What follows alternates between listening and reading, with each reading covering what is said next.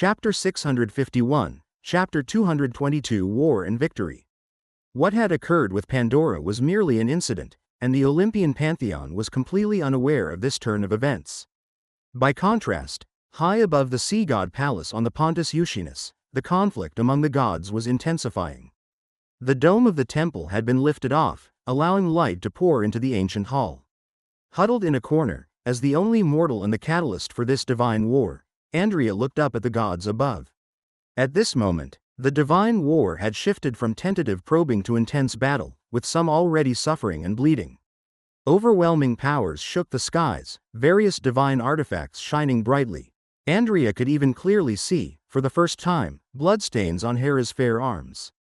Just as Athena was known as the girl with the bright eyes in the mortal realm, the heavenly empress was similarly famed as Hera of the white arms.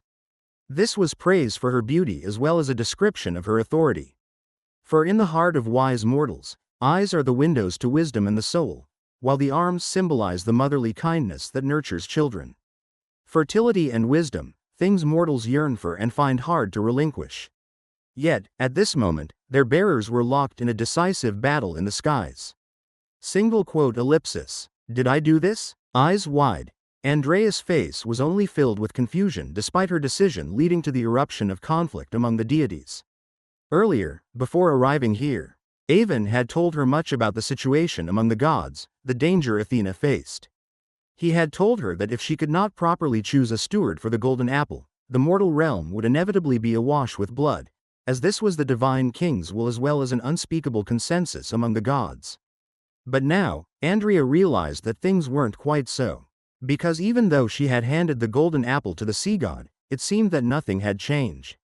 Or rather, she even started to doubt. If she had handed the golden apple to the goddess, would this battle still have erupted? This was an accident, Andrea. I must say, this is something I did not anticipate as well.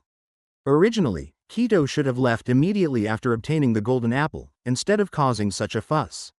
A familiar voice flashed through her mind, but this time, Andrea did not accept it so simply. She remained silent for a moment, then asked inwardly, I know this isn't what you wanted, but Avon, why do you think that war among the gods was inevitable? Couldn't the divine king prevent the outbreak of war? Why couldn't he stop all this? Besides, if deities created all spirits, although I questioned this before, I think you made a good point, but is there a possibility that they are not as bad as you say? After all, there are many ridiculous rumors about deities, but there are just as many if not more about aristocrats and kings, from what I've heard my father mention. Yet kings and nobles still rule this world. And really, would the gods stir up war in the mortal realm, causing millions to bleed? So, you think the problem actually lies with Keto, and that I made you choose her, is that it? No, I'm not blaming you, Avon, but the choice made by this sea god wasn't what you expected. Andrea bit her lip and took a deep breath. In front of her stood a barrier that appeared flimsy yet was indestructible. It was left by Athena. Perhaps everyone else had forgotten, but she still remembered the worshipper who first brought everything. It was this barrier that allowed her to stand as a spectator and watch the battle of the gods unfold. The sea god has a problem, and for that reason, the divine king departed. Perhaps that was unexpected for you, but it is precisely because the divine king is not here that no one can stop the conflicts among the gods. My father told me about such things. A country needs a strong king, only then can it suppress discord and govern all the powers within its reach. So you think perhaps your previous approach was mistaken. You should have given the golden apple to Athena, and even if some deities were dissatisfied, the divine king would surely have suppressed the conflicts that erupted among them. I don't know if that's right, but at least the current outcome is not what I wanted. Andrea spoke softly, feeling her life had been a bit absurd recently. An accidental kidnapping had led her to meet an unexpected person, subsequently sparking a divine war, and even possibly causing conflicts among the mortals. For a moment, she felt everything was somewhat unreal, which made her doubt many things. After all, she was still too young. I understand, the voice echoed in her heart before gradually growing fainter. Listening to Andrea's dilemma, Laine couldn't help but sigh as well. Although things seemed to not have deviated too far off course, with Keto's unforeseen manipulation at the hands of the Lord of Hell being avoidable in the future, Laine still took a moment to reflect on himself. Yes, What he knew did not mean others knew. And even if others knew, it didn't ensure they could understand and act accordingly. Even Keto had heeded Asmodeus's command at a critical moment, ultimately changing his plans. If now there is an unavoidable war among humans, and if he ignored the mortals' views like the Olympian gods did, arrogantly arranging everything, would Athens, or even Silver Moon City, really react as he envisaged in the upcoming war between gods and men? Perhaps they would, perhaps not. If he were still wholly himself now, Laine would not have needed to consider any of this. In the presence of absolute power, no problem was really a problem. But since he no longer possessed that absolute power, standing from the standpoint of a divine incarnation, Laine even felt his understanding of humanity was quite superficial. Just as Andrea was still too young, the him of the past had never stood at the pinnacle of humanity, and becoming the queen of gods naturally would not bother with these considerations. Perhaps in this regard, he still had much to learn. As these thoughts flashed by, at this moment, the plans that had changed because of Keto's choice were directly erased by Laine in his mind. He had envisioned, if the conflicts among humans were inevitable, that he perhaps could preemptively strike to gain an advantage. He had also considered clipping Zeus's wings to buy time, all of which seemed quite necessary. But now, Laine felt it actually might not be that necessary. For some reason, Cohen's image flashed through his mind. In that instant, acting directly on his spirituality, Laine abandoned these plans. The war in the mortal realm had failed. What would that bring? Perhaps it was the destruction of Athens and Silver Moon City, as well as the increase in strength after Zeus had subdued all gods. But what did that mean to him? Once his divine incarnation returned, this era would come to an end. And the fate of the living beings in the mortal world, let them decide for themselves. As the incarnation of humanity, he would live peacefully as an ordinary human, then do whatever he wanted, such as exploring the developments in alchemy. Since that's the case, Andrea, since you still have hope for the gods, go ahead and do what you want to do. Go and see what Zeus and the gods will bring to Athens afterward. Speaking softly, Laine smiled lightly from his seat far in the Acropolis. Well, there's no point in worrying. If it were his former self before the separation, he probably wouldn't care about the golden apple at all. It's just that Andrea might still be disappointed, since when it comes to disappointing people, the gods never disappoint. Bang! During this moment of mental exchange, Andrea, gazing at the battlefield in the sky, suddenly realized that the divine war had once again reached a turning point. With a light hum, as weapons clashed, Ares's bronze sword finally showed a crack after continuously colliding with the divine artifact. Spear of Voctor. The tip of the sword broke off, flying towards the ocean, but Ares, already in a frenzy due to the empowerment, was oblivious, holding the broken sword as he continued to rush towards his sister. No, what sister? I am the elder brother. You couldn't be born in Father God's mind. What does that have to do with me? The war of the gods increased the war god's strength, and just a short while ago, the clash in the underworld also stimulated the authority of material destruction. As the war god, Ares benefited from this as well. At this moment, he felt an unprecedented strength. After all, both Zeus and he were members of the Olympian pantheon, so Zeus fighting as a present deity naturally meant the best support for him. Athena, I am the war god. With a roar, numerous shadows flickered behind Ares, seemingly representing every deity and mortal currently engaged in battle across the world. With this sword, Ares was confident, no being who hadn't broken the limit of a true god was his match. Ding! Crack! As spear met sword, Ares's blood-red eyes stared at Athena. He expected to see panic in her eyes, but what met him was her usual calm. At that instant, a nameless fire surged in Ares's heart, his fighting spirit transforming into even more overwhelming power. It was always like this, she always had this indifferent expression, as if everything was under her control. Crack, crack, the long sword, forged by the god of craftsmanship and 3 Cyclops over 100 years. Ultimately couldn't withstand a real divine artifact. Pieces of bronze scattered everywhere, but what truly baffled Ares was that unthinkably fearsome power. Almost in an instant, the spear of Voctor had shattered his weapon, then slipping from Athena's hand, it shot directly through the war god's chest. The spear streaked across the sky and over the ocean, nailing Ares's body to a nameless peak on an island. Yes, you are the war. Speaking faintly, Athena turned back, holding the tip of Poseidon's trident. But, I am the victory. As members of the Olympian pantheon, Zeus's battles brought strength to Ares. But at this moment, because Athena fought alongside Keto, the victory over the divine king in the underworld was Athena's victory as well. Thus, just like every time before, war fell disgracefully before victory. The goddess of wisdom, already standing at the limit of true God in that moment, felt through the feedback of the authority of vast domain of mere strength. It's a pity. With a touch of regret in her heart, Athena did not reveal this power because she perceived, in that instant, a familiar and formidable power had arrived under this sky. And the next moment, as expected, the divine king's majesty swept the land. Stop! Neither clearly joyful nor angry, Zeus appeared in the sky, and with a gesture, the thunder shadow arrow from Hera's handle fell into his hand. In the true master's hand, the divine artifact immediately demonstrated its real power. Countless bolts of lightning formed a wall, instantly isolating all the deities involved in the battle. Zephyrus, tell me, what has happened here? Why is it that I only left for a moment, and the deities I trust the most are brawling, utterly lacking the majesty that should characterize a god? With a stern expression, Zeus asked knowingly, while subtly taking note of every neutral deity currently at the scene. Neutral? How could that be? Don't you have any friends or relatives? The journey to the abyss had ended, but Zeus's craving for greater power had intensified more than ever. Chapter 652, Chapter 223 Shame and Conspiracy. So, the overall events roughly transpired like this, Your Majesty. Under the power of the divine king, the struggle between the gods above the great sea seemed to come to a temporary halt. But this was only temporary, and almost everyone could see that, after a bloody clash, both parties in the divine battle had deepened their conflicts.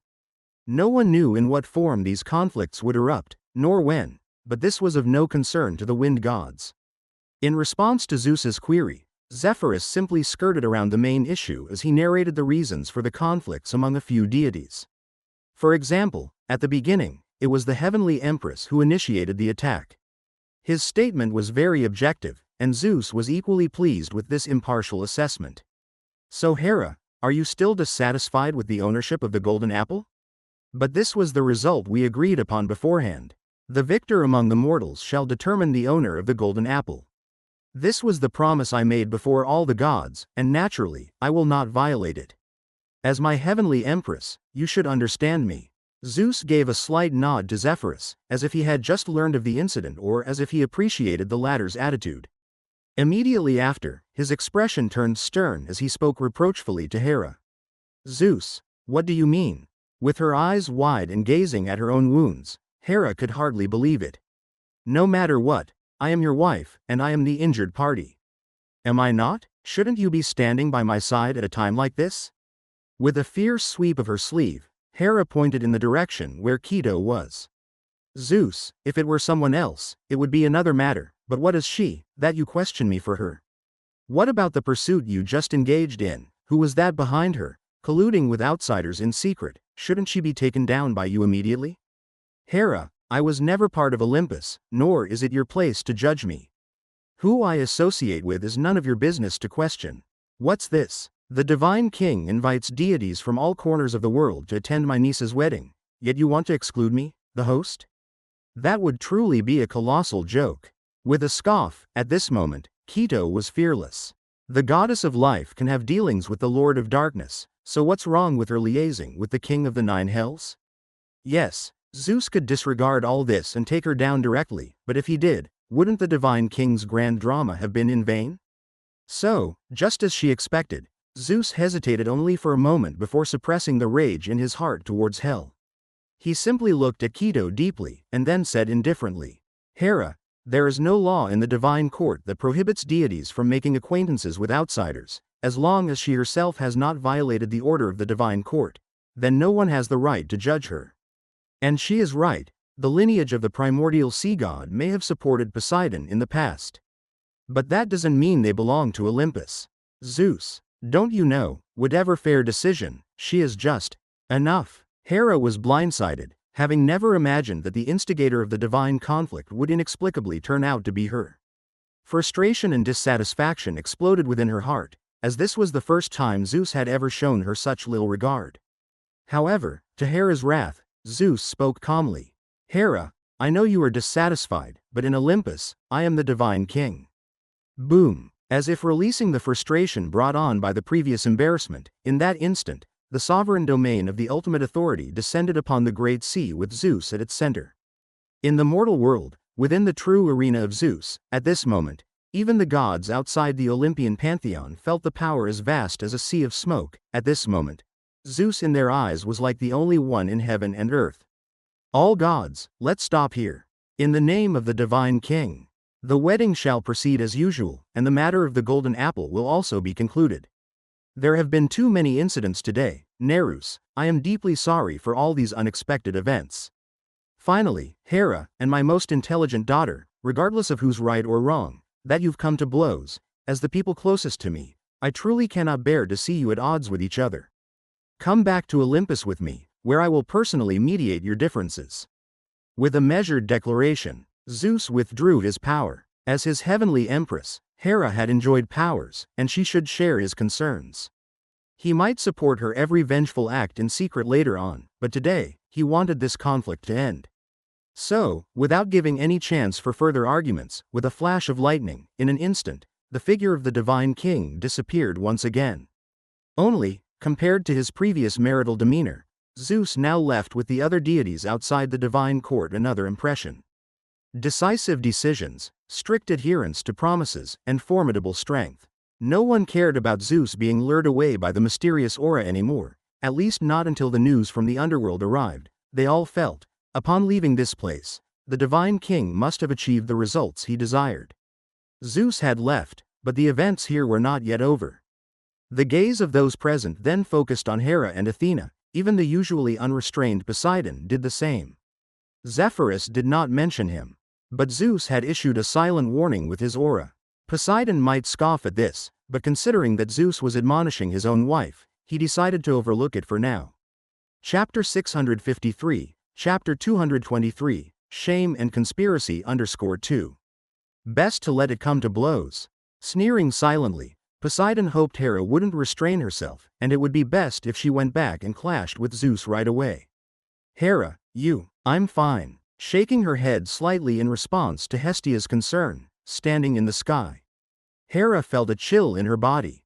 Zeus, Athena, Artemis, Keto. Without speaking out, feeling the gaze of all the gods, the always face-conscious Hera only felt a searing pain on her face at this moment.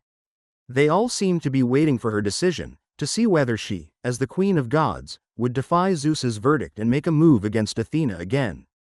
Some were concerned like the goddess of hearthfire. Some were provocative like Keto. Some were allies before but now secretly enjoying the spectacle. With her chest heaving rapidly, Hera clenched her silver teeth and eventually feigned indifference. Because she sadly discovered that even disregarding the rules, her strength was not enough to achieve her goal. What are you still doing here? Since Zeus is looking for me, I won't stay any longer. Zephyrus, you and Nerus take care of this in a while. As you command, your majesty.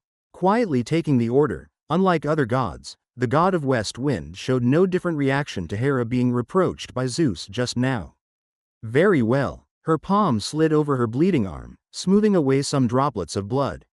Carried by the gentle breeze, they landed on goddess of beauty and goddess of agriculture beside her. Without looking at Athena and Keto again, and not even looking at the sea god palace beneath her feet, Hera turned around. Her speech had been interrupted by Zeus just moments ago. In fact, her belief that Keto did not deserve the golden apple was not just because of the latter's identity but also because she felt it was Athena mocking her. Perhaps because of the recent collision between Zeus and the Lord of the Nine Hells, which was fleeting yet potent, and though both had chased each other to the underworld afterward, this accident ultimately broke something, letting Hera discover something amiss. The firm disguise was torn open under the influence of an equally ranking power, and Hera suddenly realized that the mortal who made the decision, indeed had her strength. Yes, it was her, the princess of Athens, the person she had hinted to be kidnapped. Also the one who had caused her a covert loss. At this moment, despite frequent surprises, the result seemed to lead to an inevitable end. She had planned to reveal the truth in front of all the gods, to speak of the mortal's issue, but with Zeus's firm attitude, Hera swallowed her words. If Zeus had decided not to stand by her side, then everything could be classified as an accident. There is no rule stating a godhood practitioner cannot participate in a debate and eventually win the championship of the debate. So, the moment she realized Zeus's attitude, Hera abandoned that plan. Moreover, the golden apple was no longer very important to her now, she just wanted everyone to pay a price. This isn't over yet, this is just the beginning. With a flash, Hera immediately left, and behind her, having seen her departure, Athena, after instructing Artemis, also left. Soon, the halted wedding resumed, but the minds of the gods were no longer there. Artemis decided to escort the princess who had come to make a decision back to the mortal realm. And also leaving silently was Aphrodite.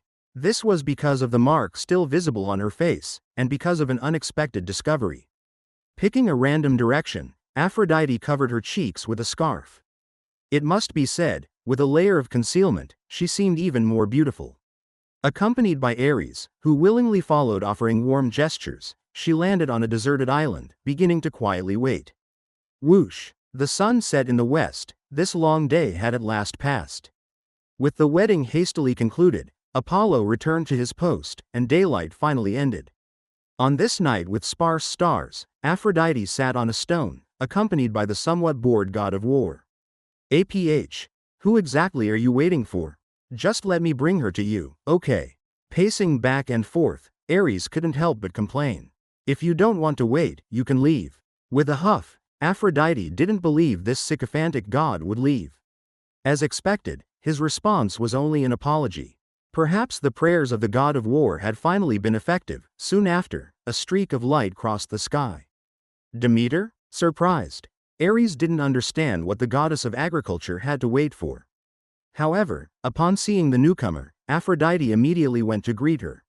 Aphrodite, why are you looking for me? The streak of light touched down, revealing the figure of the goddess of agriculture. Demeter seemed somewhat nervous. She glanced at Ares, but the goddess of beauty just waved her hand lightly. Ares is not only my husband but also Hera's son. Besides, we definitely need sufficient fighting power. Let's not beat around the bush, Demeter. Since you are here, it seems you also received Hera's message. Having said this, Aphrodite reached out her hand. A drop of fresh blood rolled in her open palm, and in front of her, Demeter hesitated for a moment before also taking out another drop. Completely clueless about what was happening, Ares looked confused, but the goddess of beauty clearly had no intention to explain at that moment. She just looked at the goddess of agriculture and spoke in a soft voice. Very well, it looks like you've also made your decision. Indeed, Athens' alchemy is practically questioning your authority as goddess of agriculture, especially since you indeed are the deity who controls all growth, not the deity of agricultural techniques. I don't plan to be an enemy of Athena, nor do I plan to be an enemy of anyone. The message from Hera said she has a way to resolve this trouble, and I don't need to take action. You are right, we also don't need you to fight anyone. Nodding her approval, the goddess of beauty clenched her fist. Until this moment, the previously humiliated goddess finally showed her inner turmoil. What Hera suffered is nothing compared to what I faced. In front of everyone, someone carved letters into my face. This vengeance, this hatred is unbearable. All you need to do is provide all other forms of support, Demeter. Hera wants to target Athena, she has to target Athens first. You want to stop the flow of those alchemy constructs, which means you must end everything at its source. That brings up the question, although the gods rarely intervene in mortal affairs now, why can Athens still act so recklessly? Why can't we do anything about him? Because Athens still has a king who stands at the pinnacle of the mortal realm. Speaking in a low voice, Demeter finally understood her purpose here. Yes, it's he who promoted alchemy techniques, who disrespected the gods to the point of even daring to crush the incarnation of a deity. Apart from not openly committing blasphemy, how is he any different from the likes of Tantalus? Since whatever we plan to do, he remains an insurmountable presence, then we must remove this mountain first. A pathological blush crossed her face. Known to few, Aphrodite not only had a far-reaching reputation among the deities but was almost the same in the mortal realm. The story of Theseus and the Amazon queen actually had more to it because when her chosen people couldn't hold onto the other's heart, the goddess of beauty eventually decided to take matters into her own hands. But the outcome, Humans should not have someone so formidable. Smiling, Aphrodite took a deep breath. Let his death proclaim the majesty of the deities. Chapter 654, Chapter 224, What belongs to the mortal realm returns to the mortal realm. It is neither arrogance nor a failure to comprehend the strength of his opponent.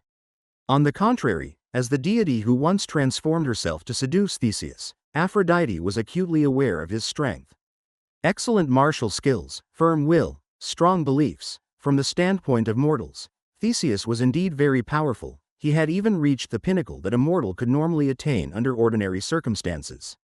For such a man, those deities with similar powers who lived in luxury seemingly should have been unable to defeat him in the mortal realm.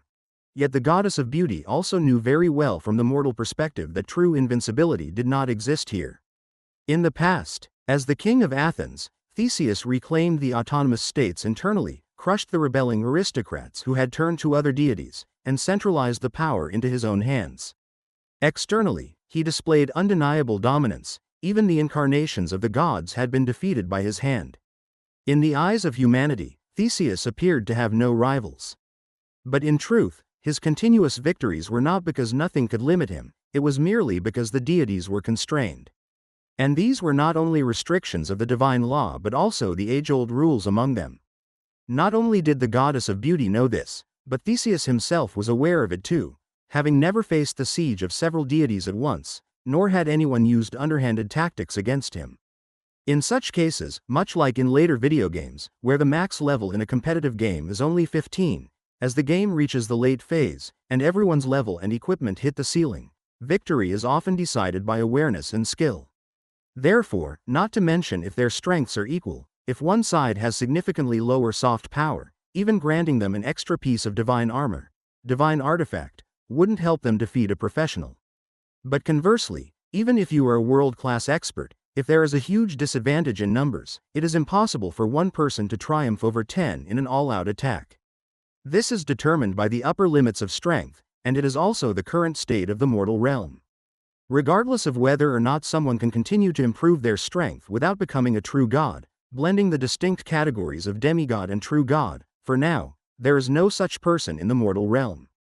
Thus previously, as the king of Athens, Theseus moved freely, never facing a united front of deities against a single human. After all, despite their conflicts with Athena, the relations between goddesses of beauty and Hera were not necessarily much better. Until this unexpected divine war when conflicts escalated, those old unwritten rules naturally ceased to exist. Just right, Hippolyta must still harbor resentment over the past affair. Upon leaving the nameless island, Aphrodite mused to herself.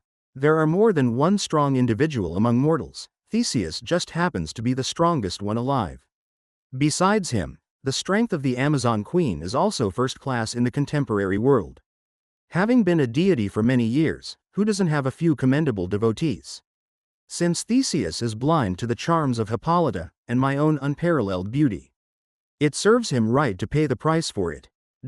Swish, a silvery light flashed across the sea, like a white deer leaping through the forest.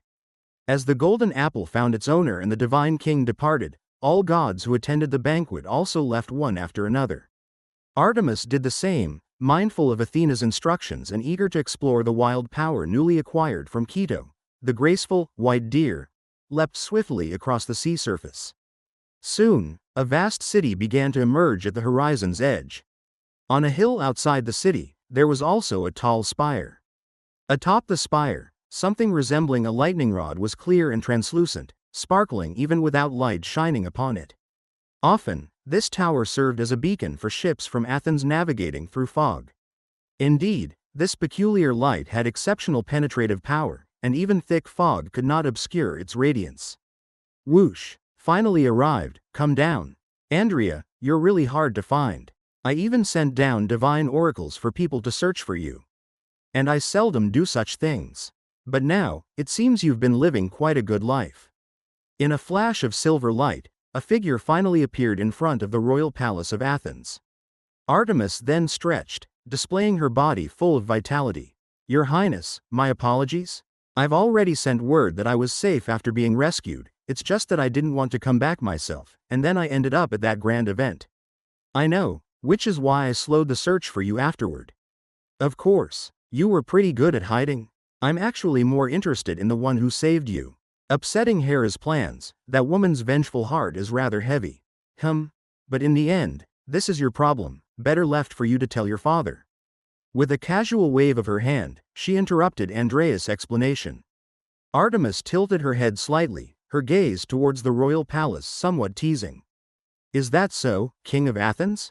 After all, this is family business, but I must remind you.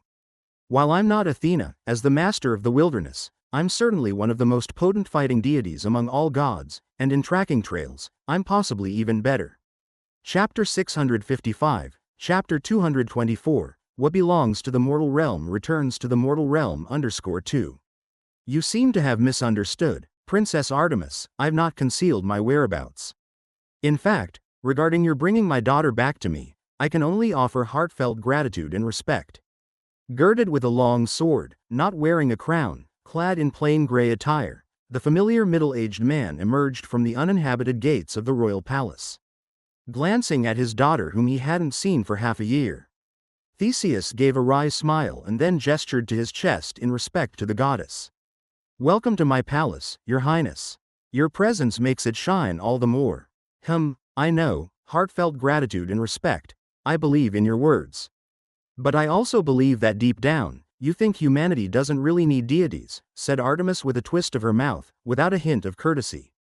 As one of the official true gods of the Athenian Church, her words could cause a great tumult within the kingdom.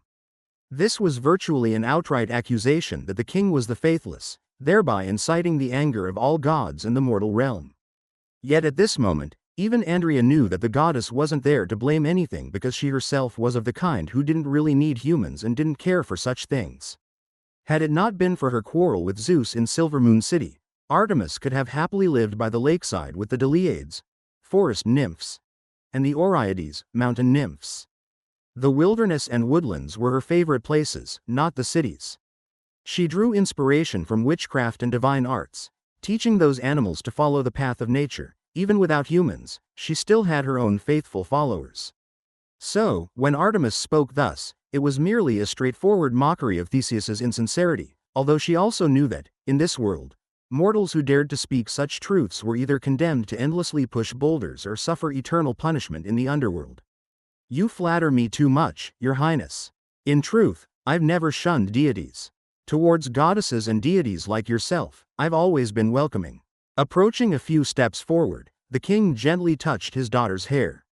Since realizing her identity had been uncovered by the goddess, Andrea had voluntarily abandoned her disguise, so at this moment, she reverted to her original appearance. She seemed to have not suffered much and was even more spirited compared to half a year ago, however. Theseus noticed that his daughter, now at the age where her body was developing rapidly, had seemingly grown quite a bit taller. By those standards, she was almost of age. Seeing the joy and slight nervousness in his daughter's eyes, the middle-aged man warmly smiled. Andrea, I'm glad to see you safe and sound, and it appears you've had a little adventure of your own, much like I did when I was young, he said. This is your affair, your own decision. Just as I've always taken pride in my past, this too will become a cherished memory for you in the future.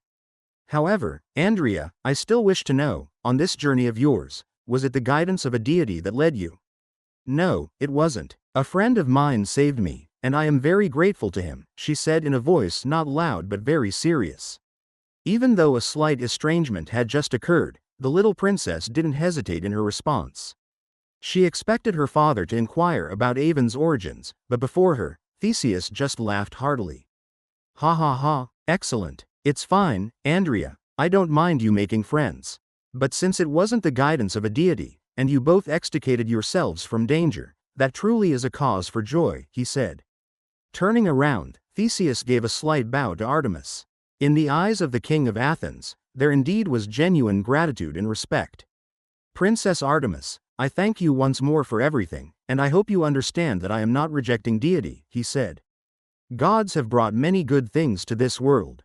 The Church's teachings urge people towards kindness. The divine arts of priests can heal sickness and console wraiths. All these are reasons why I respect deity, he explained. But what I want to say is, although gods created humans, just like children must learn to live independently in this world. I simply hope to let divine matters remain with deity, and human affairs with the mortal realm without too much interference and commands. If every god could let go, just like the goddess and yourself, then perhaps humans, on their own, could come up with a good enough answer, he stated.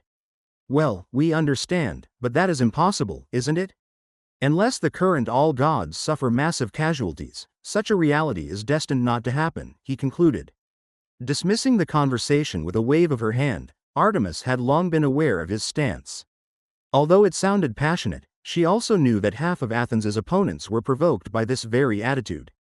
Humans really are strange creatures. The most capable among them are either the faithless or devout followers. But from another angle, perhaps the faithless harbor other beliefs within their hearts. Let's get back to the matter at hand, Theseus. I came to remind you, she said. Changing topics, since the man had been delivered, it was time to discuss serious matters. Unless something unexpected happens, in a few years or a decade, the mortal realm may erupt into a war unprecedented in history, one that will envelope the world. She revealed. Athena has hesitated over this for a long time. I don't know what she's thinking, but she ultimately made a decision. Before that, however, she asked me to tell you that divine matters are for them to concern themselves with, but you must be mindful of your own safety, she cautioned. Gazing directly at Theseus, Artemis spoke solemnly. If war breaks out in the mortal realm, you will be a thorn in the sides of certain gods, the first they'd seek to remove. But as long as you remain in Athens, you will be under her protection. No one can harm you in Athens, that is Athena's promise to you, she assured. I understand. I thank the goddess for her kindness, and I thank you for bringing me this news. But in today's mortal realm, there may be enemies I cannot fight, yet there might still be no dangers I cannot escape, he acknowledged. Polite in his refusal, Theseus smiled and said, if possible, I would still like to test my sword, should the danger arise, he insisted. As long as you understand, that's fine. I came to remind you, not to force you. It seems I couldn't force you even if I wanted to, she remarked. With a light hum, Artemis turned around, but from the corner of her eye, she noticed the hesitation on Andreas' face. What's the matter? Do you wish to say something as well? She inquired. Your Highness, the war you just mentioned, could it be because of, he began. Perhaps it's related to the golden apple, but little one, I'm sure that if Zeus wanted to prevent it, he actually could. As for whether he will choose to intervene, she pondered. Who knows? She mused. With a flash of light, Artemis vanished from in front of the royal palace. Having completed this matter, she was eager to return to her own place to further harness the wild strength she had obtained from Keto. Such a harmonious power was not easily obtained. Chapter 656 Chapter 225 Gap. It's finally over, although only temporarily. As Andrea stepped out of the venue with the crowd and returned to the royal city of Athens, Laine severed his connection with her. I just don't know how things turned out on that side. From the beginning, it seems quite a bit of time has passed. The journey was short-lived, the process exciting for others, but now it was time to conclude. Andrea still had to be a princess, while Laine would travel the world. So although the contact wouldn't be entirely severed, in the coming years, they indeed wouldn't have many opportunities to meet frequently. As for when the next meeting would be, Laine divined the future. The result was as he expected, no clear sign, he only saw a scene in destiny. It was the silhouette of a blood-stained sword, and before her, there seemed to be many people with various expressions. Some were excited, some reverent, some fearful, some resentful. All these emotions converged like a painting of the floating world. So next time we meet, would it be around the time Andrea draws her sword to kill someone? But she's supposed to be a godhood practitioner, right? Are godhood practitioners using swords to kill people these days? A slight confusion flashed through his mind, and once again Laine felt that prophecy was quite unreliable, especially when the subject of the prophecy was connected to himself. One could either be trapped precisely in destiny with an accurate prophecy, or receive some ambiguous hints. In this regard, prophecy always struggled to achieve a balance. And Athena, hadn't she read the script? For some reason, there's always a feeling that her initiative seems somewhat low in this matter. As thoughts swirled, Laine recalled the images before the disconnection, where Artemis warned Theseus. He wasn't surprised by the other's choices. After all, Chaos's human hero being humble and cautious would be strange to him. Just that Athena, in this matter, gave him the feeling. As if it was the kind of, I know you might get into trouble, so I'll just remind you. I also know you probably won't listen, so I'll just go through the motions. He wasn't surprised by the other's choices. After all, Chaos's human hero being humble and cautious would be strange to him. Just that Athena, in this matter, gave him the feeling. As if it was the kind of, I know you might get into trouble, so I'll just remind you. I also know you probably won't listen, so I'll just go through the motions. But no matter how one looked, the procedure seemed a bit inexplicable. What about over there, Mr. Avon? What do you mean by what you just said? A voice suddenly interrupted Laine's thoughts. Following the flow of people, Iapetus, disguised as Count Elos, was leaving alongside Laine. However, he seemed somewhat tense, occasionally surveying his surroundings. Nothing. I wasn't talking about the one you were hiding from. You saw earlier she wasn't there anymore. Shaking his head slightly, Laine stopped pondering the issue of prophecy. I was talking about a distant place. A place far more remote than your comprehension of the most distant. Someone very close to me is there, and I'm just a bit worried whether what he's doing is proceeding smoothly, or if he'll succeed. It's so far away, a bit beyond reach. All right, although I don't know what you're referring to, I wish you the fulfillment of your desires. Realizing it wasn't something he was concerned about, Iapetus breathed a slight sigh of relief. At this moment, the gathering finally concluded. The audience who remained on site didn't see their champion return, but heard that Andrea would be summoned by the goddess and thus didn't return here. The golden apple incident also spread among the crowd, even though the stories circulating among mortals only described the scenario of Andrea delivering the golden apple without delving into more of the secrets of divine conflicts. It still sparked lively discussion among the people. The champion of the tournament choosing the most beautiful goddess was undoubtedly a story that people of this era found worth relishing. However, while laymen enjoyed the spectacle, insiders discerned the deeper meaning. Listening to this story, Iapetus already sensed the impending storm. In the story, it was merely a simple choice, but in reality, who knew what happened? Now, he only wanted to first inquire about the specifics of the ocean god's wedding banquet, to see what exactly happened there. The gathering is over, I've fulfilled my promise to you.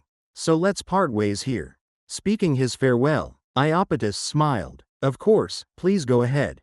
Nodding in acknowledgement, Laine did not obstruct him. He watched as Iapetus disappeared into the crowd. He had no idea when the other would return or what he would choose to do. After all, he was almost certain to return, whether willing or unwilling. From the moment he helped Andrea achieve victory, he was destined to be unable to escape from this human-divine dispute. Soon, leaving the crowd and weaving through several alleys, Laine returned to the inn where he had been staying. Compared to before, the number of people coming and going had increased significantly. With the tournament over, many foreigners had no further reason to linger here. In the foreseeable future, except for a few individuals, they should all leave the Acropolis of Athens. Please wait, Mr. Avon, please wait. The voice called from behind, and Laine turned to look back. He should hardly have known anyone in Athens during these past 2 days. But the next moment, he understood how the visitor knew him. Prince Odysseus, didn't expect to see you here. I thought you would have returned to your kingdom after the tournament was over. I was planning to leave. My father is not well. The old injuries left from years past are difficult to completely heal even with divine arts. A flash of regret passed over Odysseus's face as he apologized. Mr. Avon, I must first apologize to you. Because Miss Leah was summoned by the goddess. She probably won't return for quite some time. But recalling my gambling debt, I took the liberty to investigate her residence and found out you're a friend who came to Athens with her. It might be a bit presumptuous, but I hope you can pass along my apology to her. Behind Odysseus, numerous guards were unloading boxes. Judging by their heavy appearance, they were likely filled with gold. That was the debt owed from the competition, besides which, with sincerity, Odysseus declared. Aside from the monetary wager, there's also the promise I made. Since she won, if we become rivals again elsewhere, I pledge on my honor to concede to her 3 times, without breaking my word. I understand, Prince Odysseus, if the opportunity arises, I will convey your sincerity. Nodding slightly, Laine decided not to refuse. Although at the moment it was unlikely these riches could be handed to Andrea, on one hand, she didn't need them, on the other hand. There wasn't any issue with Laine keeping them. The wagering game initially was his idea, so collecting a reward was quite reasonable. Since you're willing to pass it on for me, then I can rest assured. With a long exhale, Odysseus appeared as though a weight had been lifted from his mind, but then he hesitated slightly. Ultimately, he still posed the question. Mr. Avon, forgive my boldness, but I wish to know, where exactly is Miss Leah from? She's an Athenian. As for her specific background, you'll have to ask her yourself someday if you get the chance. Waving a hand slightly, Laine didn't intend to further address the other's question. Yet receiving this response, Odysseus seemed quite satisfied. Thank you for your answer. Should you face trouble in the future, I'll do my utmost to assist. Making this commitment, Odysseus departed, harboring slight regret and hope. Although unaware of her exact origins, knowing she's an Athenian sufficed. Given the level of education dissemination in this era, there were only so many young women in Athens with opportunities for quality education. He could send someone to methodically find her identity in the future. Athens, I shall return. Internally resolving, Odysseus departed with ease. Yet at this moment, little could he have imagined that indeed he would return to Athens in the future, albeit in an unforeseen manner. Eastern continent, Mount Olympus. At the peak of the Mount of the Gods, the palace doors opened, reflecting a myriad of radiant colors. Overlooking the mortal realm from the summit, 9 layers of clouds obscured the view. The former Mount Ophres had 12 layers of clouds separating it from the mortal realm, a number symbolic of perfection in chaos. By comparison, Olympus with only 9 layers was further from the heavens and a bit closer to the mortal realm. Stepping out of the palace. The sky had already turned dark. Athena calculated the time. Artemis's side of things should nearly be settled. Athena, a voice restrained with anger came from behind, but Athena smiled without speaking. Just before, Zeus had righteously lectured about harmony and kindness among the gods for a long time, though evidently, neither his 2 listeners nor the divine king himself took these words to heart. However, the final outcome was somewhat surprising. Zeus demanded Hera stay on Olympus for a while to reflect on her mistake of making the first move. Logically speaking, what Zeus did wasn't wrong because Hera indeed was the first deity to act, and his imposed punishment wasn't unwarranted. But the problem was, often no one cared about logic, they only cared about attitude. And Zeus's faultless punishment of Hera was obviously meaningless in calming the incident, instead further igniting Hera's anger. Athena, do you think you've won? Although I don't know how you got Zeus to side with you, don't think this ends here. The voice was low and cold, and though the decision was Zeus's, Hera's resentment was more directed at Athena. The reason wasn't surprising, it was a common psychological phenomenon.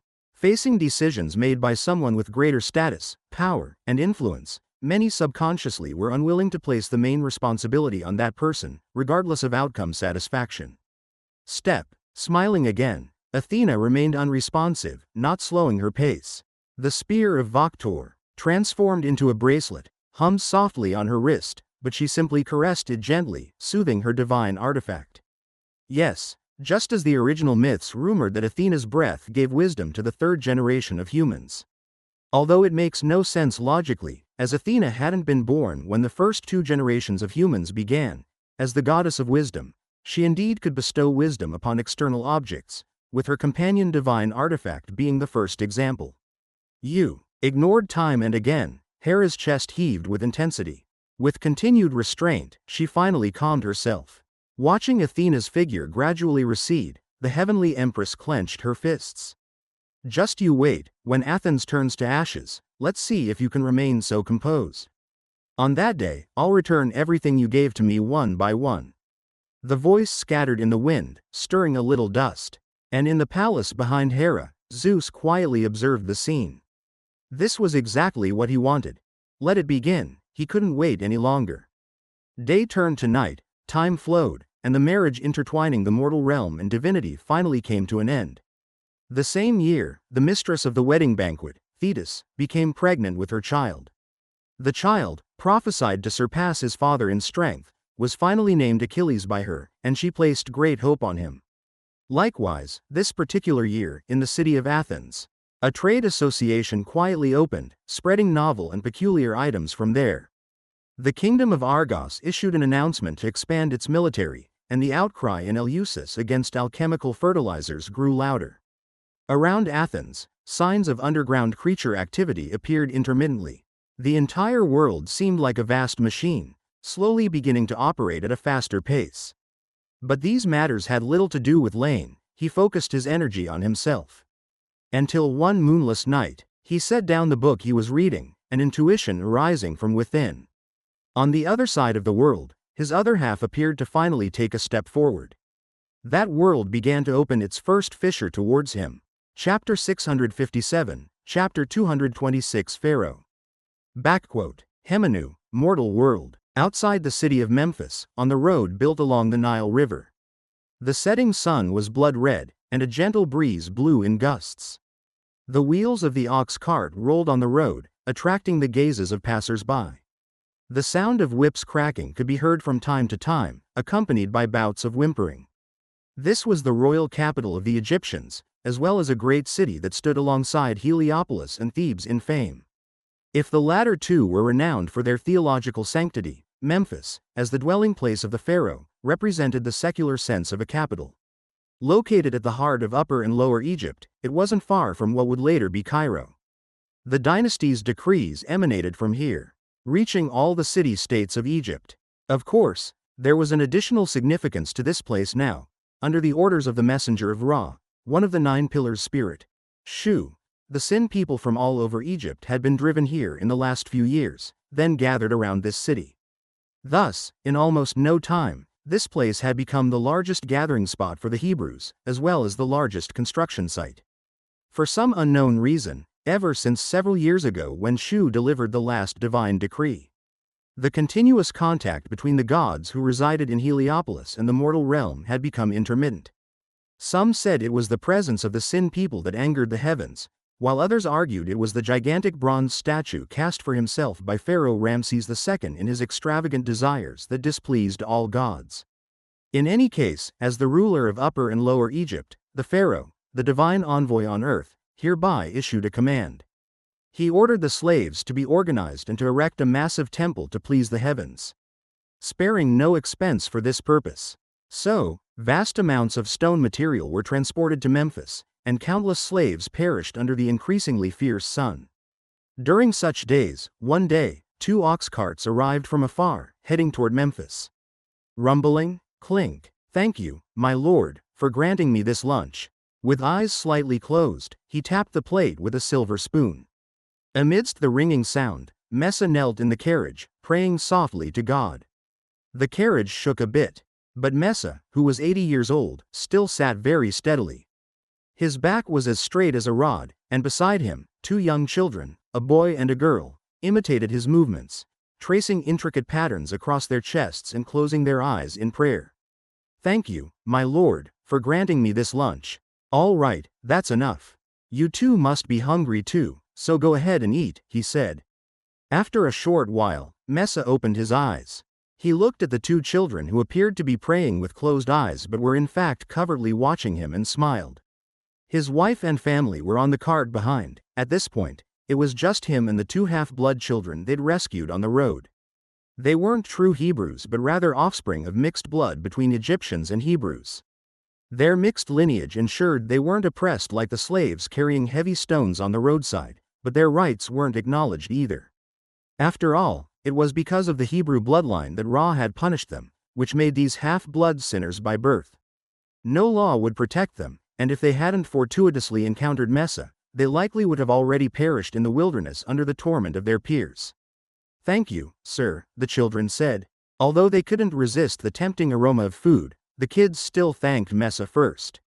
Seeing this, Messa waved his hand, indicating they need not worry about formalities. With permission granted, the 2 children finally began their meal. He sighed softly, watching the children's ravenous eating with some helplessness in his heart. Even sitting in the cart, he could still hear the sound of whips outside. Separated by just a partition, it seemed like 2 different worlds, yet he was powerless to do anything for the moment. The command came from Pharaoh himself, and they were considered sinners even by the Egyptian gods.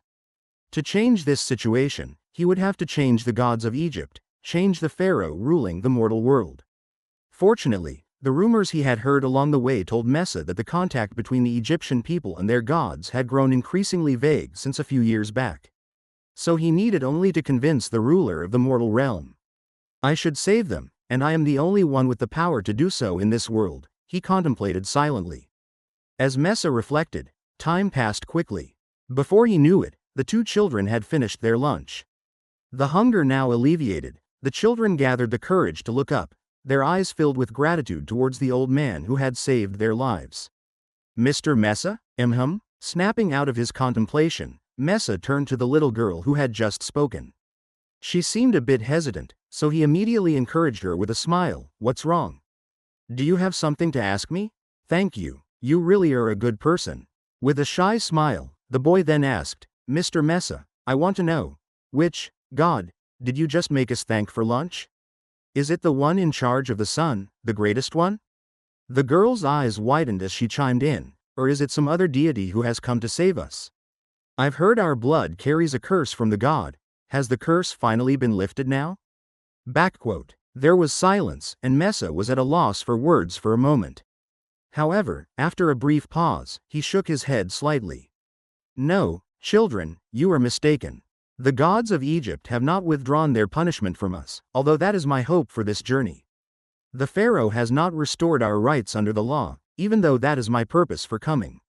At least for now, the Hebrews are still seen as sinners in their eyes, so the Lord I believe in is not the God of the Egyptians. He is the Almighty and Holy, the beginning and the end of all things. I saw him in the flames and received his revelation, and it is by his command that I have come to the earth, to save my kindred who are suffering. Speaking softly, Messa's intention was simply to distinguish the God he believed in from all the gods that had existed in Egypt. After all, the two children before him were of mixed blood. Having never heard the legends of the Hebrews from their youth, they could easily confuse the two. Thinking that different deities were just gods of the same divine system, holding opposing views. However, upon hearing his words, the girl's eyes lit up, as if she had misunderstood something. So, Mr. Messa, are we considered sinners because the gods of the past belong to the Egyptians, who protect only the Egyptians and despise anyone not Egyptian? And the deities you worship are our gods, who will also only protect us and punish those who harm us, is that right? That's certainly not, well. He instinctively wanted to deny it because Messa knew very well that the Lord does not care about lineage or race, nor does he concern himself with the goodness or conflict of the mortal realm.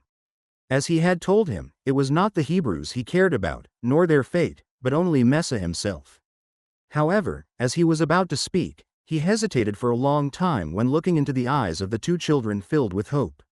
If he told them now, perhaps he would extinguish the hope that had just ignited in their hearts. On the other hand, agreeing with them wouldn't break their illusion, and such a misunderstanding could serve to build their reverence for the Lord. For most of the ignorant mortals, understanding God as one who protects their own, versus one who protects their enemies could quickly inform them as to whom their faith should be dedicated. Let it be for now, until the future, when things settle down, then I'll tell them of the Lord's true greatness. His greatness that is not bound by race, species, or anything at all.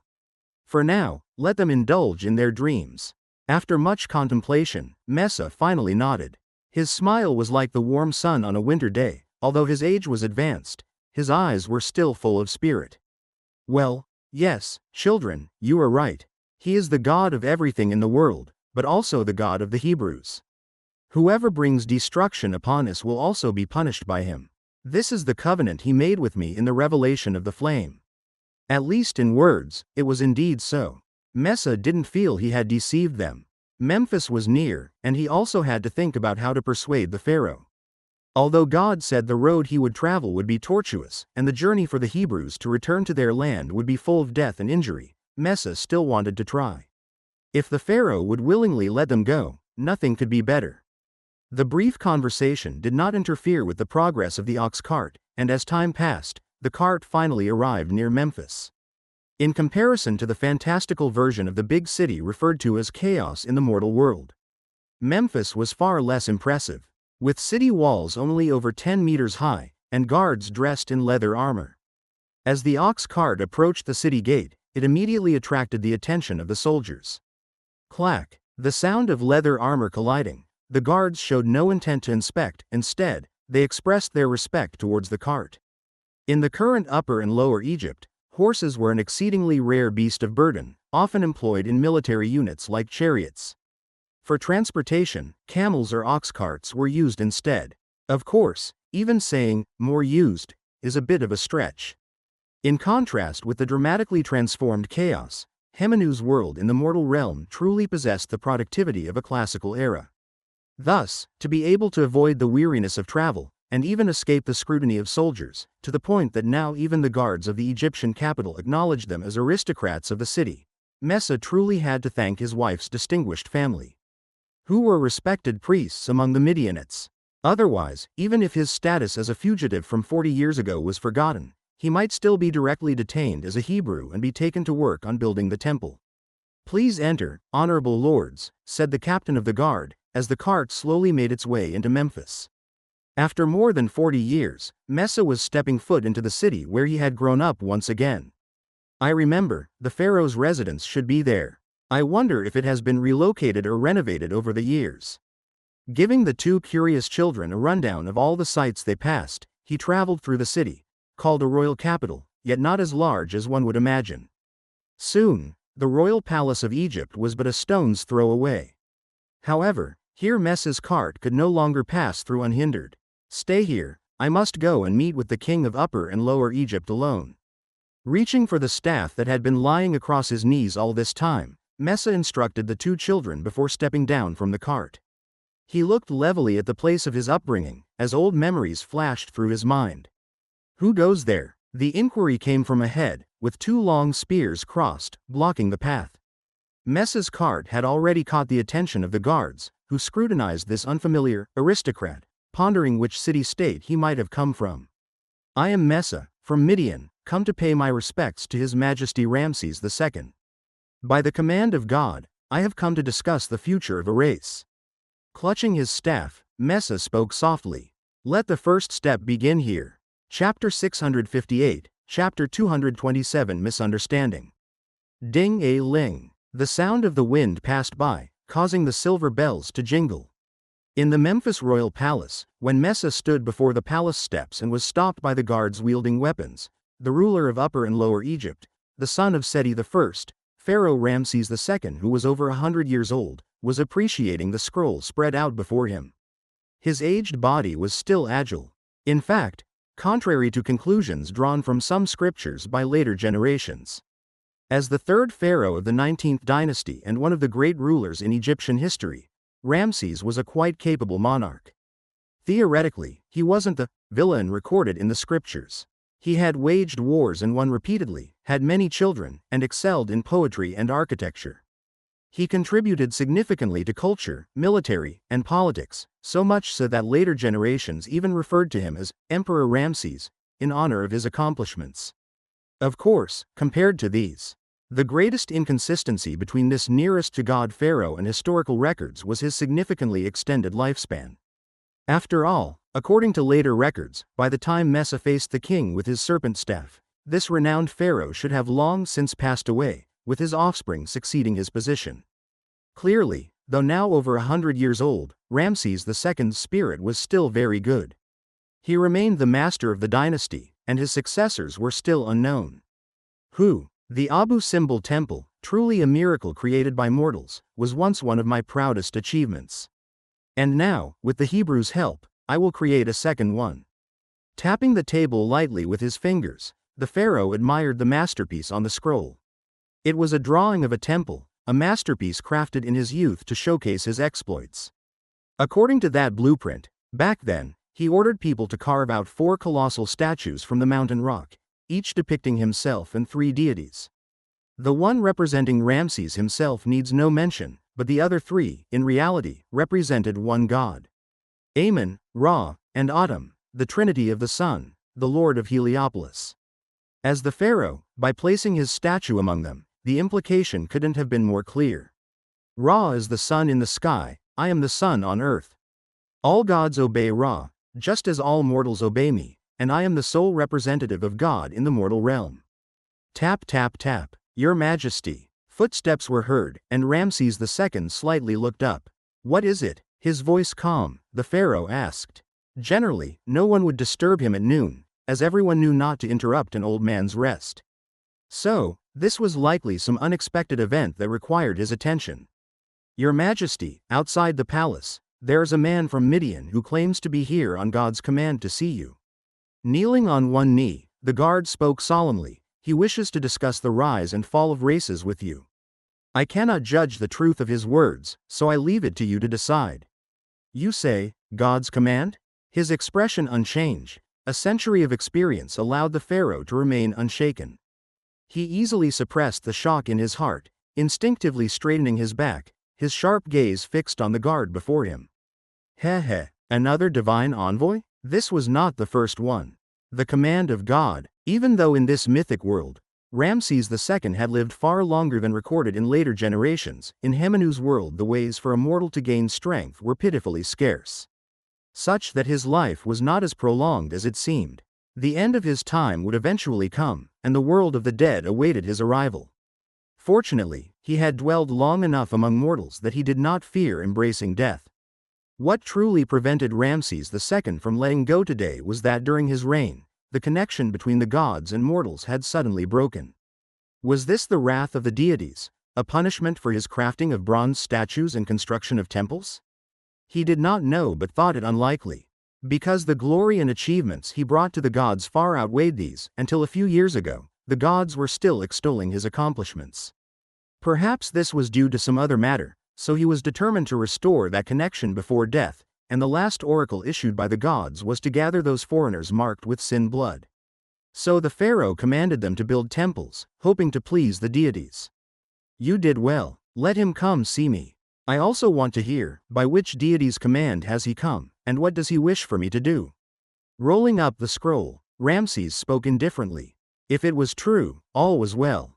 If it was another falsehood, another pawn pushed forward by an aristocrat who questioned his abandonment by gods, he would show him just what had allowed him to reign over this dynasty for so many years. Your Excellency, please come in. The son of the sun awaits you inside. In the grand palace, Messa walked inward under the guidance of the guard. With every step, his scepter made a soft sound, and as he observed the surroundings, he recognized a place where he had once lived.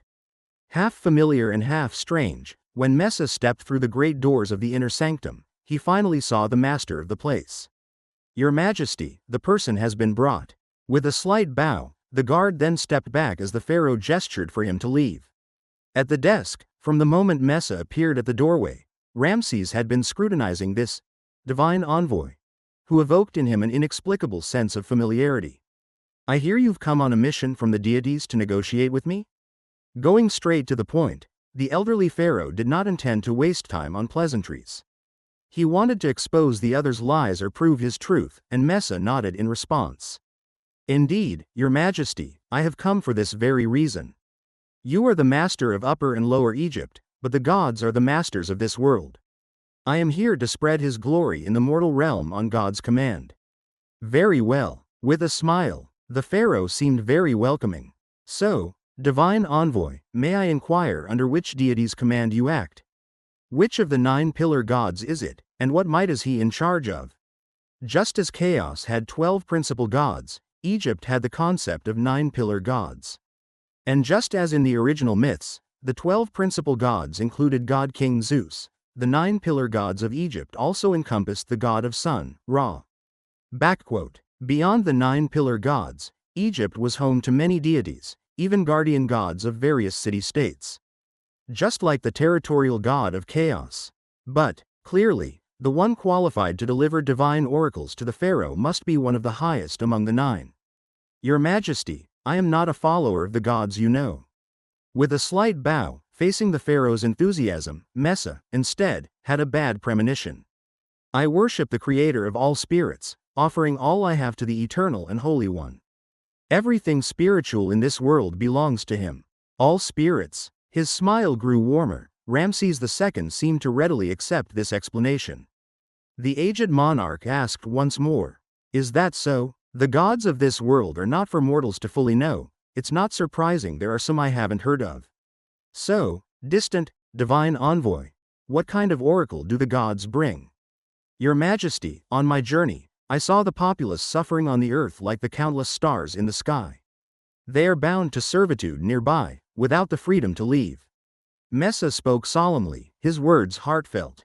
In the eyes of my lord, every wise living being on earth is equal, with no distinction of high or low, noble or humble. The precious and the humble, the naturally evil and the naturally good are the same.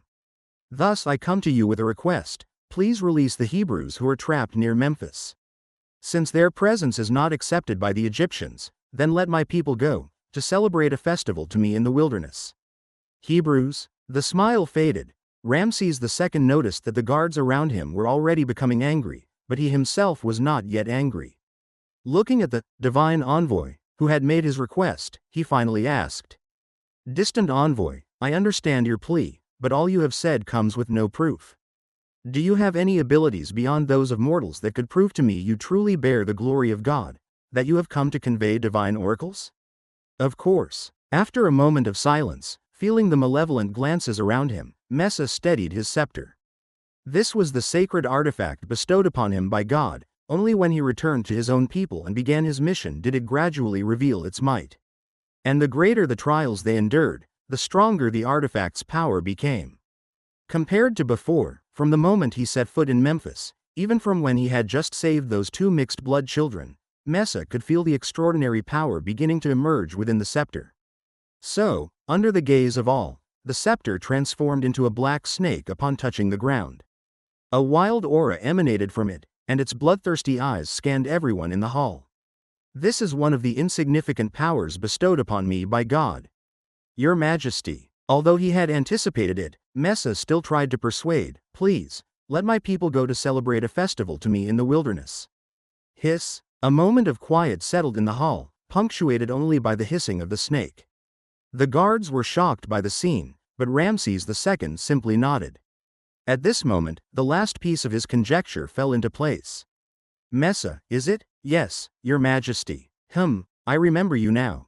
Nodding with a smile, the pharaoh said lightly, my daughter's adopted son, the sinner who fled more than 40 years ago for murder. I even remember the reason you killed, because you discovered you were a Hebrew and then saw your own people being mistreated? As the pharaoh of Upper and Lower Egypt, I've received divine oracles more than once and observed secret histories not unveiled to outsiders. I've heard that while the ancestors of the Egyptians were gods, the progenitors of the Hebrew bloodline were also gods. It's just that your ancestors were sentenced in the presence of God La. So the once pillar goddess Isis lost her eternity and from then on fell to mortality. Your Majesty, you may have misunderstood. The creator of all spirits, Ramses II spoke indifferently, ignoring Messa's attempt at explanation, as well as these magicians' tricks. Indeed, ever since the passing of Princess Isis, magicians have vanished from the mortal realm. Thus people mistake such extraordinary powers for divine power, but I do not. That was the pillar goddess of life and magic. It seems everything originated from her. Didn't it? Indeed, I was not forsaken by God La. All this is just a conspiracy created by another dead god. No, Your Majesty. Messa wanted to explain further. He had anticipated that the pharaoh might not believe in the existence of his god, but he had not expected such a misunderstanding. However, before him, Ramses II no longer intended to give him a chance to explain. Seize him. At his command, the guards who had been waiting around instantly sprang into action, rushing to kill Messa. Hiss. Bang. The great serpent, seeing this, swung its body, and with a lash of its tail, sent a guard flying. Yet as the pharaoh's personal guard, all were willing to die for their duty, retreating not at all. Your Majesty, this is just a misunderstanding, and I very much hope you can see that. But now, it seems I must leave. Though there was much he wanted to say, Messa had no choice, with the scene unfolding before him. Taking advantage of the moment when the great serpent repelled the guards, he summoned it back into a serpent staff with a wave of his hand, then with another gesture, he made his exit from the royal palace. After him, the guards immediately gave chase upon seeing this, but the pharaoh raised his hand and ultimately did not stop them. They were probably not going to catch up, but it was worth a try. Chapter 659, Chapter 228, Holy City and Chessboard. Heliopolis, the holy city where the Egyptian gods resided among mortals. This was a city on earth, as well as a domain of the deity. It had many names in the past: Sun City, home of the gods, city of all gods, and it was even once the capital revered by the 13 nomes, city-states, of Lower Egypt. In years past, Isis, who fell accidentally to Hemenu, took her place and married the god of underworld Osiris here. Then, under the witness of all gods, she was condemned as a sinner and died. For thousands of years, this place had scarcely been without the trace of a deity. The gods of Egypt enjoyed the offerings of mortals here. It was like a Mount Olympus closer to the mortal realm, where divine persons and mortals lived together, until the cataclysm a few years prior, which brought everything to a halt. It began with the highest deity, La, summoning the god Shu, who oversaw the atmosphere and the winds among the 9 pillar gods, to the solar golden palace, and before long, the remaining gods departed one by one. At first, no one took this to heart. Even those servants who guarded and served the gods thought it was merely a gathering of the divine. They waited in the city for the return of the gods, but day after day, they were greeted only by silence. No god ever returned, and from that day on, the home of the gods was as if abandoned. The traces of the gods gradually faded, leaving only the empty temples standing tall on the ground. And it was not just the gods, but also the traces of humans. At the onset of the event, the priests tried to bring back the attention of the gods with grand sacrifices, and even the pharaoh came here to worship in person. But as hope and despair intertwined time and again, the number of people in the holy city dwindled. After all, no one would respect priests and temples forsaken by the gods. It was a clear sign of their dereliction of duty. Moreover, in the eyes of the Egyptians, it was the pharaoh who was the highest priest, a ruler who held both secular and non-secular significance. Since the gods were no longer present, even the truly devout had mostly gone to Memphis to serve the pharaoh. Thus, this desolate holy city was increasingly devoid of inhabitants. So, Iba, that's how it is. The truly devout have left, forsaking all worldly matters and still in pursuit of the gods. Compared to them, those who remained aren't so devout, like me. Over the years, many times I believed I was a devout believer, but now it seems it was only an illusion. Many thought I was born to comprehend the greatness of the gods, but in truth, the only reason I came to Heliopolis was because serving the deities was the best way out for a commoner. I don't have noble blood or an extraordinary family. So when I learned of the chance to become a servant of the gods, I almost immediately agreed, and as it turns out, my choice was quite right. Within just a few decades, I became the mortal most admired by the god of sun, and the priest with the greatest fame aside from the pharaoh. If not for this disaster, I would still be one of the most powerful mortals in all Egypt. You see, that's the importance of choices. In the vast hall, the triune statue of god of sun towered 100 meters. Dwarfing the mortals kneeling before it like a small mountain. However, at this moment, neither the kneeling priest nor the apprentice serving his teacher beside him spared even a glance at the statue. Just as Chasm had said about himself, he was never a devout believer, and his student was the same. So, teacher, why do you insist on staying here? The gods have abandoned this city, and no one knows when they'll return. What sense is there to stay with these stones? The pharaoh has invited you more than once to Memphis. Even though he does so to stabilize the hearts of the people with your fame, the honor you'd retain wouldn't be less. And then what? Chasm interrupted his student's words with a faint inquiry. And then? The young man called Iba was somewhat confused. He didn't understand what his teacher meant. Yes, and then. You see, nobody knows when the gods might change their minds, but I know people can learn to adapt. In the first decade after the gods left, people still fondly remembered the days with the gods. In the second decade, they still held on to the memory. In the third, the fourth decade, to many young people, the gods became just a symbol because they've never seen the real gods, and the right to interpret this symbol will only belong to the pharaoh. But the pharaoh is dying. Speaking lightly, Chasm devoutly knelt in worship, just like every time before. In the empty hall with no audience, if anyone were to witness this scene, they would probably think he was a true believer. Teacher, the words following seemed difficult to say, as Iba felt a certain fear. Even though the gods had left, the authority they had instilled had not dissipated enough to be discussed openly in the once sacred hall within just a few years. In the end, he still lacked the courage. Never mind, you are still young. Without turning around, the priest seemed to have a complete grasp of his student's reaction from behind.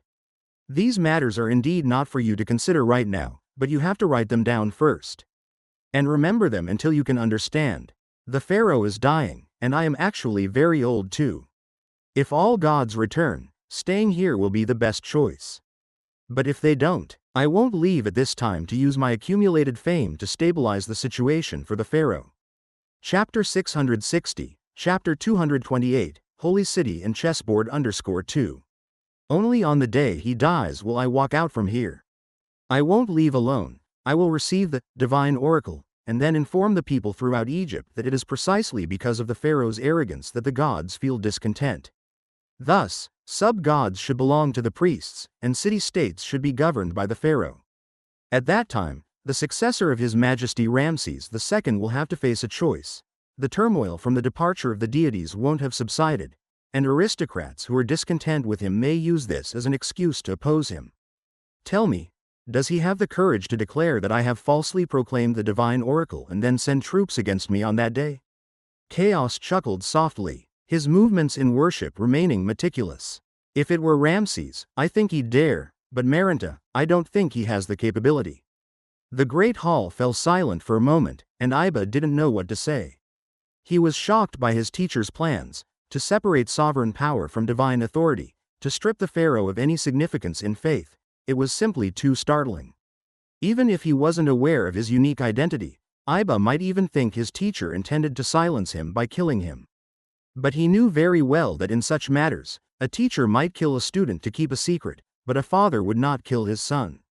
Yes, they were not only teacher and student, but also father and son. The exchange came to a temporary halt, but Chasm was in no hurry to immediately instill these thoughts into his heir. After all, there was still plenty of time, and he merely continued with his worship. Time passed by every second as sunlight streamed into the great hall, with the shadows slowly shifting direction. The worship of the god La was so meticulous that by modern reckoning, it would take place between 11 o'clock and 1 o'clock at noon. However, Chasm didn't feel bored at all as he proceeded bit by bit. However, just as the ceremony was nearing its end, a cry of surprise from Iba broke the silence in the great hall. "Teacher, look, what is that?" With a frown, Chasm didn't respond but continued to complete the final prostration before lifting his head to search for the reason behind his student's outcry. He planned to take this opportunity to teach his student that one must remain calm, and consider any situation with the coolest head.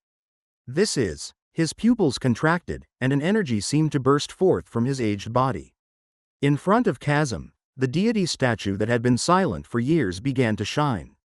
The deity seemed to communicate again through its own statue, and the next moment, the entire great hall lit up. Divine oracle, this is a true divine oracle. With hands raised high, a stream of light fell into his palm. At that moment, all of Chasm's previous plans were cast aside from his mind. No matter what the divine oracle stated, he was now the only priest to receive an oracle since the deity's departure, and he was the deity's most devout believer. Iba, worship the god La with me. With a low shout, Chasm's expression was one of devout faith. Having served the deities for so long, he knew God well. He was certain that before descending with the will, La probably didn't know what he had been saying. But perhaps he could see what he was doing. Therefore, as the most devout believer of the deity, he felt extremely proud at this moment. Boom, boom, boom. Higher than the sky, heavier than the earth. It's hard to say exactly where this is, or perhaps from another perspective, this seems akin to a place similar to Chaos Sea of Origin. This is the most critical place in the world, much like the heart and brain of a person, or the marrow that produces blood. For any world, this is the most tightly guarded place, a place where even the strongest deities among the natives can only sense changes with their will. Each ripple here represents the rise and fall of the world's laws. However, at this moment, if someone could compare the before and after, they would see that this most precious place had drastically changed, as if the whole sea had been split in two. Black and gold interweave, ocean currents collide, they crisscross yet remain distinct. It's like the grandest of sights. Yet it's the most terrifying thing in this world. For it means the world has been thoroughly infiltrated by someone, its staunchest outer shell shattered. Whether or not the outsider can be repelled, it's destined to be greatly weakened. God of Sun, just now, standing on the turbulent waves, surrounded by golden swells. A sense of closeness constantly emanates, yet Hemenu's Hades, the god of agriculture Osiris, doesn't feel safe at all. In the original mythology, he and Isis were husband and wife. Once ruled the mortal realm and all gods on behalf of the god of Sun, then murdered out of jealousy by his brother Set, the god of deserts and storms, and finally entered the underworld after his resurrection to become the principal god of Hemenu's underworld. In this timeline, however, he simply incurred the wrath of the god of Sun because of god of punishment Isis and was directly cast into the underworld, resulting in a good relationship with his brother Set but a sense of discontent towards the god of Sun. But discontent aside, when a few years ago the world underwent a drastic change and all gods were forced to leave the mortal realm, moving in their true forms to the Sea of Origin that symbolizes the core of the world following the link of divine authority, all grudges were put aside. What remained in his heart was nothing but fear. Don't be fooled by this golden liquid that's the blood of the world. It may seem to bring a sense of closeness and longing, but Osiris knows that for any deity, the only outcome of direct contact with source power is one: to be assimilated by source power, losing personality and consciousness. Osiris, I just tried to communicate with the outside world, La said. It was difficult, but barely successful. That source of sin has come to Memphis. The assault from the alien realm has thus intensified, but this also increased its losses, allowing me to find a slight flaw. The one who caused all these changes, he must die. Only with his death will we have a chance to breathe. Clenching his fists, atop the rolling golden ocean, the falcon-headed deity, the god of Sun, looks off into the sea's horizon. La doesn't know what's so special about that mortal, but he's sure that it's the wild, reckless corruption from the alien realm that was provoked because of him. Killing 800 of the enemy at a cost of self-harm by 3,000, even a world driven by instinct shouldn't do such a thing. Although victory would ultimately mean a world could compensate for these losses. If only a little more time is needed for a greater gain, then why should a world refuse? Yet the other world did refuse. The power of the interface relentlessly attacked this world, targeting that mortal. La doesn't know what will happen if the two come into contact, but whatever the enemy wants to do, he is determined to stop it. Not just that mortal, your majesty, but it as well.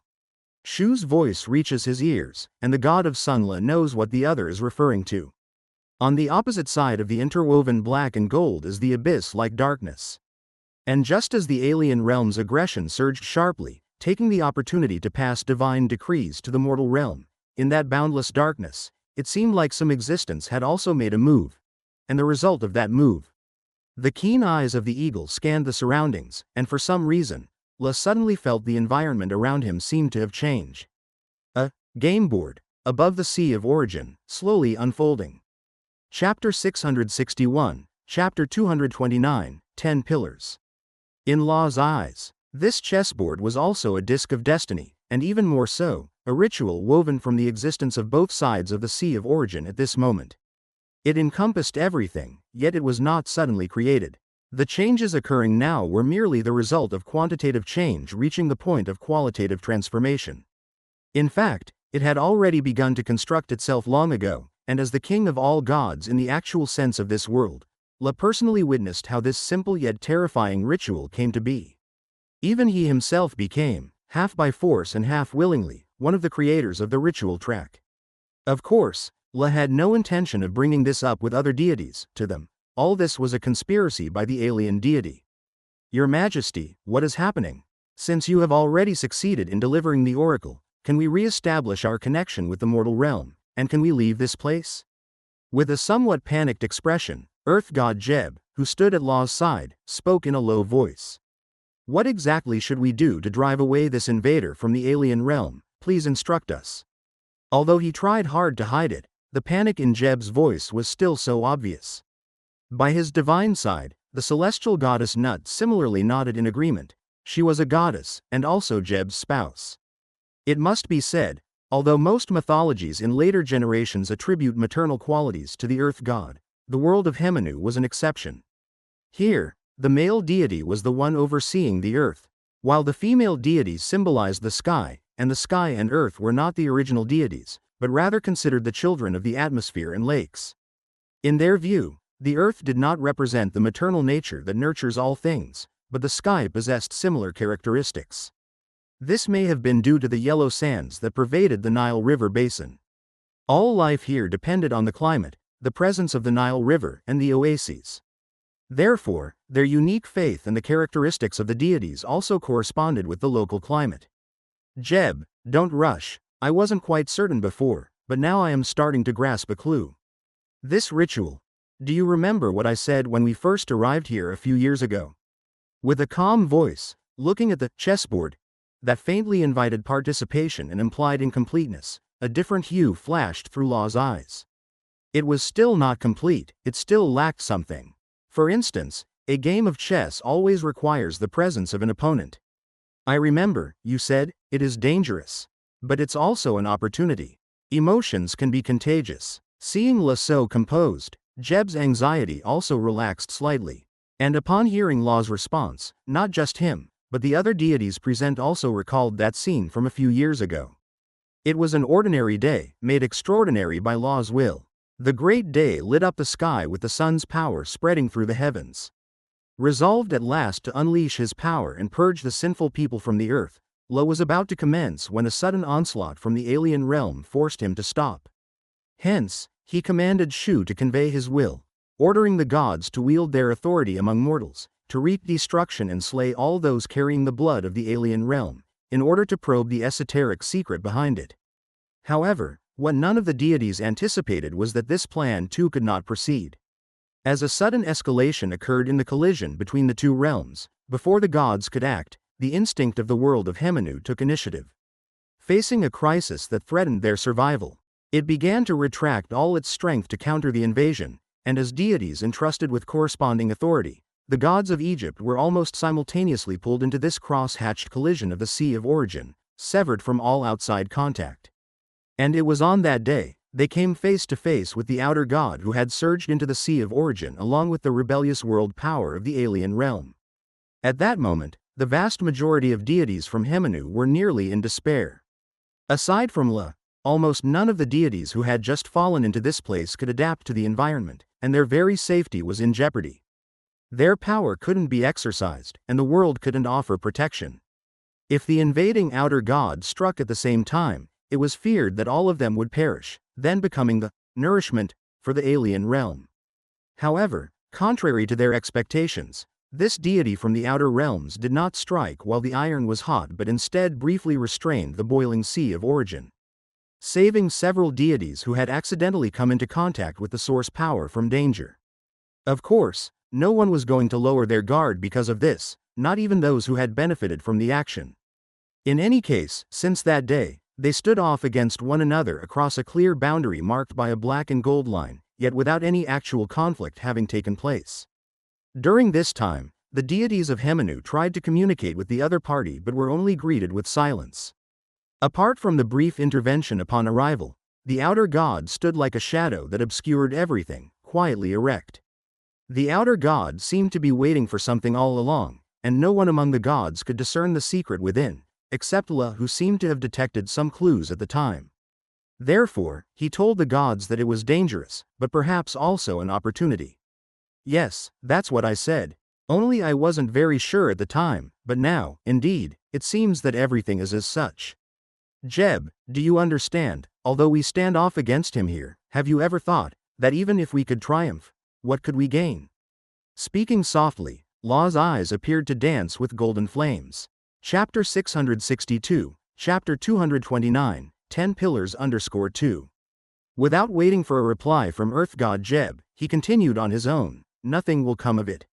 This isn't the outside world, this is the heart of Hemenu, as well as the source of all the powers in the world. Here, worlds collide with each other in their most essential forms, and everything but us deities will be assimilated and returned to nothingness by the world. Whether it's us or the outer god, whichever side defeats the other, in reality, won't gain any spoils of war. The authority and power of the opponent will be devoured and digested by one's own world, becoming an aid to strike against another world. Of course, there's nothing wrong with that. If there were still any doubts about the outcome of this war, that would indeed be the best method to help our world achieve victory. The calmness in his voice carried a hint of peculiarity. Unlike when he had once plundered a part of Apollo's origin outside the world, La was certain that if Hemenu's deities were killed here by the enemy, their origins and everything else would only be absorbed by the opposing world, and that outer god would gain nothing. Even if he had underestimated the opponent's strength and the other actually could snatch strength from the jaws of the world, faced with such a competitor, how much spoils could they really secure? The same logic applied to his own side.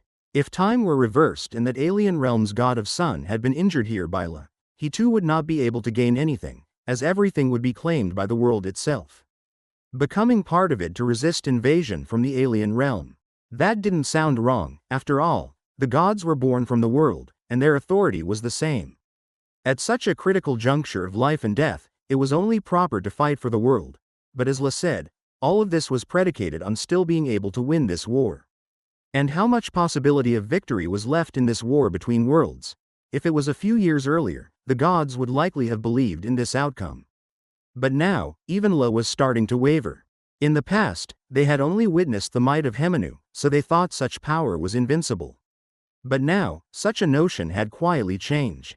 So, this ceremony, seeming to have understood something, Earth god Jeb's eyes flickered, and he finally understood why La said it was both a danger and an opportunity. And beside him, the other deities reacted differently. Some had already guessed it, only to have La's words now fully confirm it. Others suddenly realized something as if they finally understood.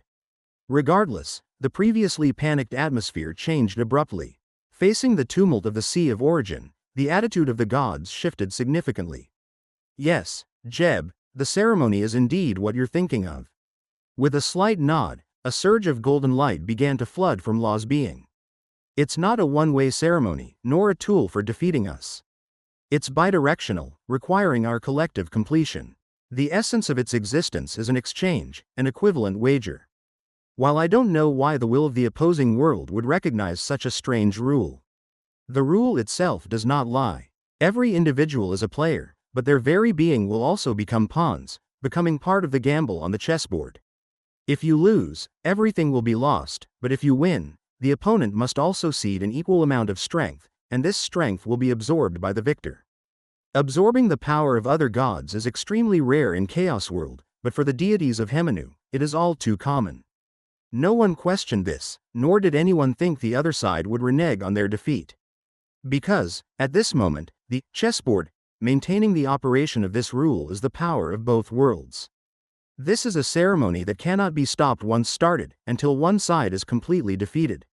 However, at this juncture, Thoth, the deity symbolizing wisdom and writing, suddenly spoke up. Your Majesty, perhaps the ceremony is indeed as you say, but there are things I still don't understand. To forego the innate absorption of power by both worlds and to hold the spoils of war in our own hands, thereby creating such a ceremony, everything is predicated on the world itself acknowledging this rule. For our world, being at a disadvantage, accepting a more fair gamble is quite normal. But the opposing world, holding an advantage, so why give us the chance to overcome our disadvantage, and why grant that outer god the legitimate right to seize power? Moreover, the most crucial thing is that the decision of victory or defeat actually lies in the life and death of some humans. What is so special about them? Thoth didn't understand, and La didn't really understand either. It wouldn't be that the opposing world actually also wanted to kill those mortals with alien realm bloodlines. But with such an explanation, everything seemed to make sense. Nevertheless, whether it's the way it is or not, it's irrelevant to La, because what has been preventing the influence of the alien realm from reaching the mortal world was the world's own instinct preventing an invasion into its body. So whether those bearing sin blood or beings the alien realm wishes to protect or to kill, in any case, La intended to kill them, as that is the only way to win this wager. No matter what, they are all destined to perish. Now, those willing to rise, come with me. Feeling the increasingly powerful attraction of that black and gold chessboard, La took a step forward, his figure magnifying a millionfold. Size above the Sea of Origin wasn't just a visual aspect, power was the true measure of all things. The next moment, the great day seemed to ascend, and seated atop it was an immense deity of unimaginable size. You desire my power, and I likewise yearn for yours. We can lose many times, but you only have one. Mortal realm. Just as La made the choice to accept that chess game, to sit across the chessboard, up in the heights unseen by mortals. The Sea of Origin was the heart of the world, and everything that happened here would be reflected in the outer world. Thus, the next moment, 9 figures appeared to pierce through the starry sky and the sea, manifesting above the world. As their phantoms were born, they immediately reconnected with their corresponding authorities, growing and expanding ever more. In the end, the supreme god La sat atop the celestial sphere Great Sun, while the other 8 pillar gods arrayed on either side. Shu, god of air and order, symbol of drought, dryness, and exhaustion. Tefnut, rain god and goddess of moisture, embodiment of chaos. And symbol of decay. Nut, sky god, mother of stars. Jeb, earth god, echo of all things. Osiris, god of vegetation, fertility, agriculture, and also the priest of judgment and death. Set, god of war, deserts and storms, and the most powerful among the gods. Nephthys, protector of wraiths and guardian of fertility and home. And finally, in place of Isis, Thoth, god of wisdom, writing, and books, the mind most valued by La. The 9 pillars' spirits were like 9 pillars that, in an instant, propped up the sky and earth of the Hemenu world. The colossal chessboard appeared in the sky, and across from them, it seemed devoid of an opponent. Indeed, seated in the highest and most central place, La's face had at some point acquired a golden mask, the corners of his mouth beneath it curling slightly upward. The opponent wasn't absent, it's just that in this realm where size is measured by power, the opponent's figure was far more immense than they had imagined. Great sounds are often unheard. Great forms are often unseen, thus it seemed as though they had no adversary. Following this logic, even if all 9 of them defeated the opponent, they could never achieve true victory. But if La dared to agree, naturally there was a reason. Like he never told the all-gods, he too had a stake in this vast chessboard, he was compelled and yet a voluntary participant in its construction. So, the question arose, what did he, the god of sun, have to do with this ritual? Of course, it's because I am more than just La. I am Amun-Ra Autumn. The perspective continued to elevate, the earth became insignificant, the stars like ornaments, and all of Hemenu's creation seemed like dust. Within the 4 barriers of the world, in a place farther than the primordial waters, Laine's divine presence quietly observed what lay before him. The 9 pillars' spirits were smaller than his palm, the world at his feet. But opposite him, another La stood there. Amun-Ra Autumn was never just a name. Chapter 663, Chapter 230. The First Disaster. In the concept of space and time, everything about Hemenu was born upon primordial water. And the carrier of primordial water within the world is the endless space. As one of the 8 primordial spirits, which briefly manifested and then disappeared at the beginning of creation, endless space symbolized the presence of Amon's masculine power, so naturally, Laine received far more benefits in this reincarnation than others could imagine. For Laine, this was not just a change in strength but rather a sublimation of his divine stature in certain respects. From another perspective, he was like a being with only weak divine power but unexpectedly possessed great characteristics in some aspects. Although he could not use these characteristics most of the time, he could instinctively touch some of the most fundamental things in the world. This was a good thing if Laine had already progressed far enough and was complete enough in the domain of great divine power, he would possess some indescribable characteristics. Just as the blood mother tree possesses an indestructible nature akin to the immortal essence of the chaotic gods, Laine might also acquire some similar divine stature, abilities related to space. But unfortunately, even after reincarnating, the distance Laine covered in the realm of great divine power was still not much, and for completeness, in this respect, as a deity of Hemenu, he was actually inferior to even the weakest of the primordial gods of chaos.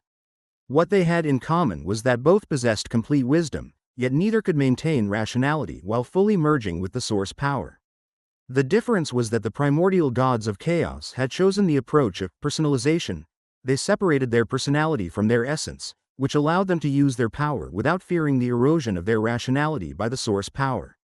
However, the deities of Hemenu, they had no need to worry about this at all. After all, their divine duties by nature could devour, transform, and separate one another. Like Laine himself, who relied on reincarnation to avoid death, Before entering the Sea of Origin, almost all deities had never touched the source power associated with their own authority, even less need to worry about these problems. How to bear the source power was a problem for the gods of chaos to ponder, and it had nothing to do with them. But as a result, naturally excluding the influence of quantity, the deities of chaos were more complete in the domain of great divine power than Laine. So, this is the difference between worlds. Alien realm. Is it what you call chaos? The invaders from beyond the void. What is your world like? How did you come here, and how have you managed up to this point? You possess clear wisdom, yet are so close to the source power. Aren't you really afraid of its influence? The surface of the water, and above the world, a vast expanse of divinity seated in the void, the power of the endless space continuously interacts with his manifested body. The chessboard is right in front of him, but Laine was not in a hurry to make the first move. He was merely observing the outer god before him, careful and cautious in his probing. To Laine at this moment, the outer god before him seemed to have merged indistinguishably with the source power. All deities in the world need to utilize authority to manipulate power, but truly complete great divine power actually does not need it. If one were to describe this state, it would be indistinguishable from the world. Such a being should not possess wisdom, it should be indifferent and ruthless like nature. Merely driven by some instinctive impulse, just as the abyss of chaos.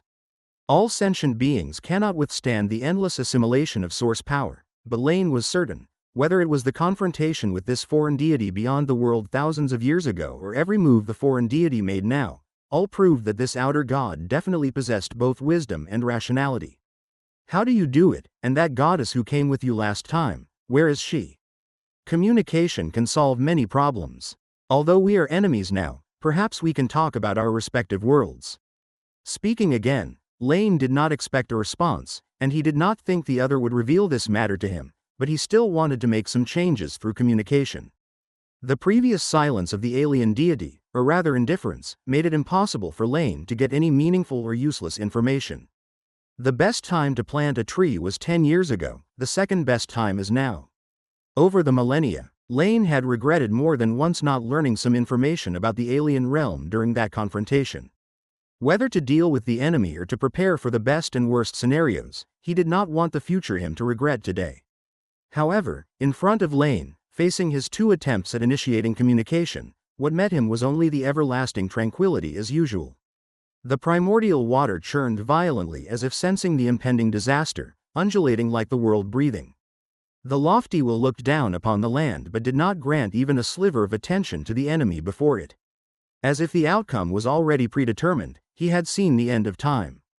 Wordless arrogance spread on both sides of the chessboard, Laine's sharp eagle eyes slightly narrowed. It seems that the opponent is indeed very confident. Since that's the case, then wait until the blood of mortals flows like rivers, wait until the stakes of the gamble shift, and see if by then, you can still be so arrogant.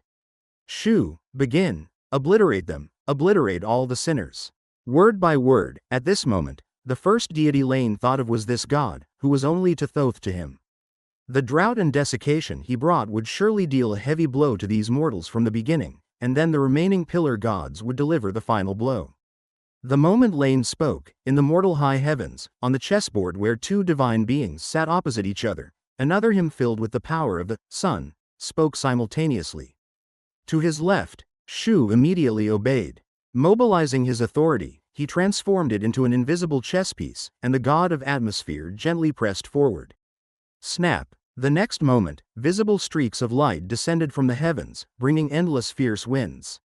The river surface began to dip, well water gradually dried up, and plant life slowly withered. A foreseeable disaster was about to unfold in the mortal realm. On both banks of the Nile River, no one would be spared. Now, it's your turn. The voice was cold, Laine's eagle-headed eyes staring at Laine. And this time, just as he had hoped, he indeed received a response. The divine body leaned slightly forward, along with a slight tremor of endless space. The right hand was raised, as if ready to make a move, but for some reason, Laine felt that what he was targeting was not at all the mortal world. Very well, he said, this is the first calamity. Outside the city of Memphis, in a place where no one passed by. The air carried a sound of friction, followed by flickering light and shadow.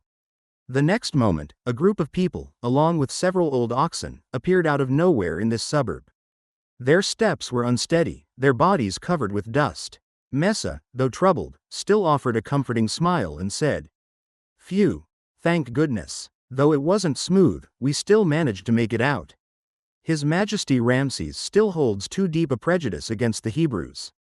"We have no connection with the legendary goddess Isis, nor do we have any dark schemes, but it seems he will not believe that." The howling wind solidified from nothingness into the scepter bestowed by God. As Messa came to Memphis, with the collision of two worlds growing ever more intense, this once ordinary stick began exhibiting divine properties. But at least for now, its capabilities are still very limited, not even enough to help Messa defeat an army consisting of hundreds of men. Regardless, now that things have come to this, what should we do next, Messa? Speaking gravely, Aaron looked around. He was Messa's actual brother, and also the first person Messa visited before planning his return to Memphis. Having once been a royal foster son, Aaron had learned to read and write, possessing a status superior to other Hebrews. Within those of his kin, his prestige and position were always significant. "First, let's gather our people and tell them that although I previously promised to free them from labor, it looks like it will take some more time. Inform them of Pharaoh's demeanor, Aaron, but also remember to tell them of the Lord's might. He revealed to me that the sun would rise against us. But he also promised that I would lead them out of this disaster." Leaning on his staff, Messa looked towards the direction from which they had come. God said, "What is inflicted on us will be inflicted on the inflictor. Those on the earth bear the punishment of the earth, those in the sky bear the disasters of the sky. Pharaoh will come to realize this, we just have to persevere." Aaron was somewhat silent. Yes, perhaps what Messa said was true. Although he had not witnessed any divine miracles, he was willing to believe in such a God, a protector of all Hebrews. However, even if this promise was true, before the aggressors were punished, before Pharaoh changed his heart, how many trials must they first endure? "I'll go now," he said, "may God be with me." Regardless, this was the only choice. Aaron nodded in agreement and prepared to return home to gather those of higher standing among his people. Pharaoh's guards had not seen him, so naturally, they would not send anyone to arrest him. However, just as he was about to leave, Aaron suddenly looked up. Nearby, the others also looked up towards the sky. There, a brilliant streak of light slid down from the sky, illuminating the land of the mortal realm. As someone naturally more spiritually sensitive, Aaron even faintly saw something fleeting behind the falling light. There, it seemed as if a titan was seated high in the sky. That is, as the words came out, Aaron suddenly felt something was off. The surrounding air almost instantly lost its moisture, becoming dry and biting. But this place was clearly on the banks of the Nile River, a gem amidst the desert. Almost at the same time, Messa also realized something and quietly recited the words he had just spoken. "The sun will rise against us. This is not just the sun of the earth. Quick," he looked at Aaron beside him, "gather our people. We need to quickly discuss countermeasures against this divine disaster from the skies." Memphis, Royal Palace. Shortly after Messa had left, the guards here had bolstered their defenses. The appearance of the black snake had greatly worried Pharaoh's guards, not that they felt they couldn't defeat the evil alien magician's creature, but they were concerned it might frighten Pharaoh. Of course, Ramses II naturally had not been scared, but he had also not stopped the guards from taking spontaneous action. He was just preparing to summon his ministers to thoroughly report any recent changes among the Hebrews. Although theoretically, slaves without weapons could never be a match for hundreds of thousands of fully armed soldiers, it is best to plan for the enemy on a broad scale. But before the minister even felt it, the anomaly suddenly occurred. The light fell from the sky, and the air became unbearably dry. At this moment, Ramses had no time to worry about the trivial matters. Is this a divine disaster? For whom? For those sinners, or for me? Thinking silently in his heart, Pharaoh felt somewhat heavy. But as he looked up at the sky, a piece of news, good or bad, came from outside the palace. "Your Majesty." The messenger kneeled on one knee, his face filled with joy. "A letter from Heliopolis. The high priest has received a divine oracle." Chapter 664 to 231 Call to Action. "What did you say?" Chasm also received an oracle. Inside the royal palace, Pharaoh, who had just expelled Messa, had his dual-colored crown of red and white gently swaying on his head. Unlike his demeanor in front of Messa, his voice was now cold and icy. In the mortal realm of Hemenu, Egyptians had long been divided into Upper and Lower Egypt, similar to how many countries in later times were divided into East and West, or North and South. In older times, the red crown was often worn by the kings of Lower Egypt, while the white crown belonged to the rulers of Upper Egypt. But since Upper and Lower Egypt were unified under divine will, the monarchs of the dynastic era began to wear this unique dual crown of red and white. In the presence of this symbol of divine authority, the guards couldn't help but swallow their saliva in secret. Yes, Your Majesty, the urgent dispatch from the holy city reads thus. The oracle was bestowed by the deity, and everyone remaining in Heliopolis bore witness to the divine miracle emanating the light of the great day. Therefore, the high priest has sent a message, hoping you would meet with him in the holy city. There seemed to be a moment of silence in front of him. But the guard dared not raise his head. Although the vast majority of people in this era had almost no understanding of politics, it didn't mean he was unaware that Pharaoh seemed somewhat displeased at the moment. But why? An oracle from the deity should be a good thing. The guard couldn't quite understand, but as a loyal guard of Pharaoh, he still awaited his monarch's command. Another oracle. One had just departed, and now another had arrived, and this one was likely genuine. Ramses II remained composed, showing no further reaction on the surface, but he was weighing it over and over in his heart. At this time, with the strange celestial phenomena in mind, it's best if it has nothing to do with himself. Did Chasm say anything else, such as the content of the oracle? Unhurried, Ramses continued to ask. Yes, Your Majesty. The oracle decrees that those with sin blood are the claws of the evil god, and from the chaos comes a disaster. Therefore, the high god La has commanded all gods to descend a natural disaster to eradicate these impurities and to admonish the mortals who have not eradicated them to this day. The guard responded respectfully. In truth, he had intended to convey this earlier, but Pharaoh's attitude at the moment made him a little nervous, causing him to forget. The high priest relayed the wish of the god La and hopes Your Majesty will execute the command promptly. And go to Heliopolis to explain your neglect at the temple. Neglect? The bit of unease in his heart dissipating, Ramses's tone was still very calm. The slight disquiet in his heart vanished. Although the deity hadn't given him instructions directly as Pharaoh, he quickly found an explanation for this. Perhaps it's indeed because he hadn't done well enough in the past few years.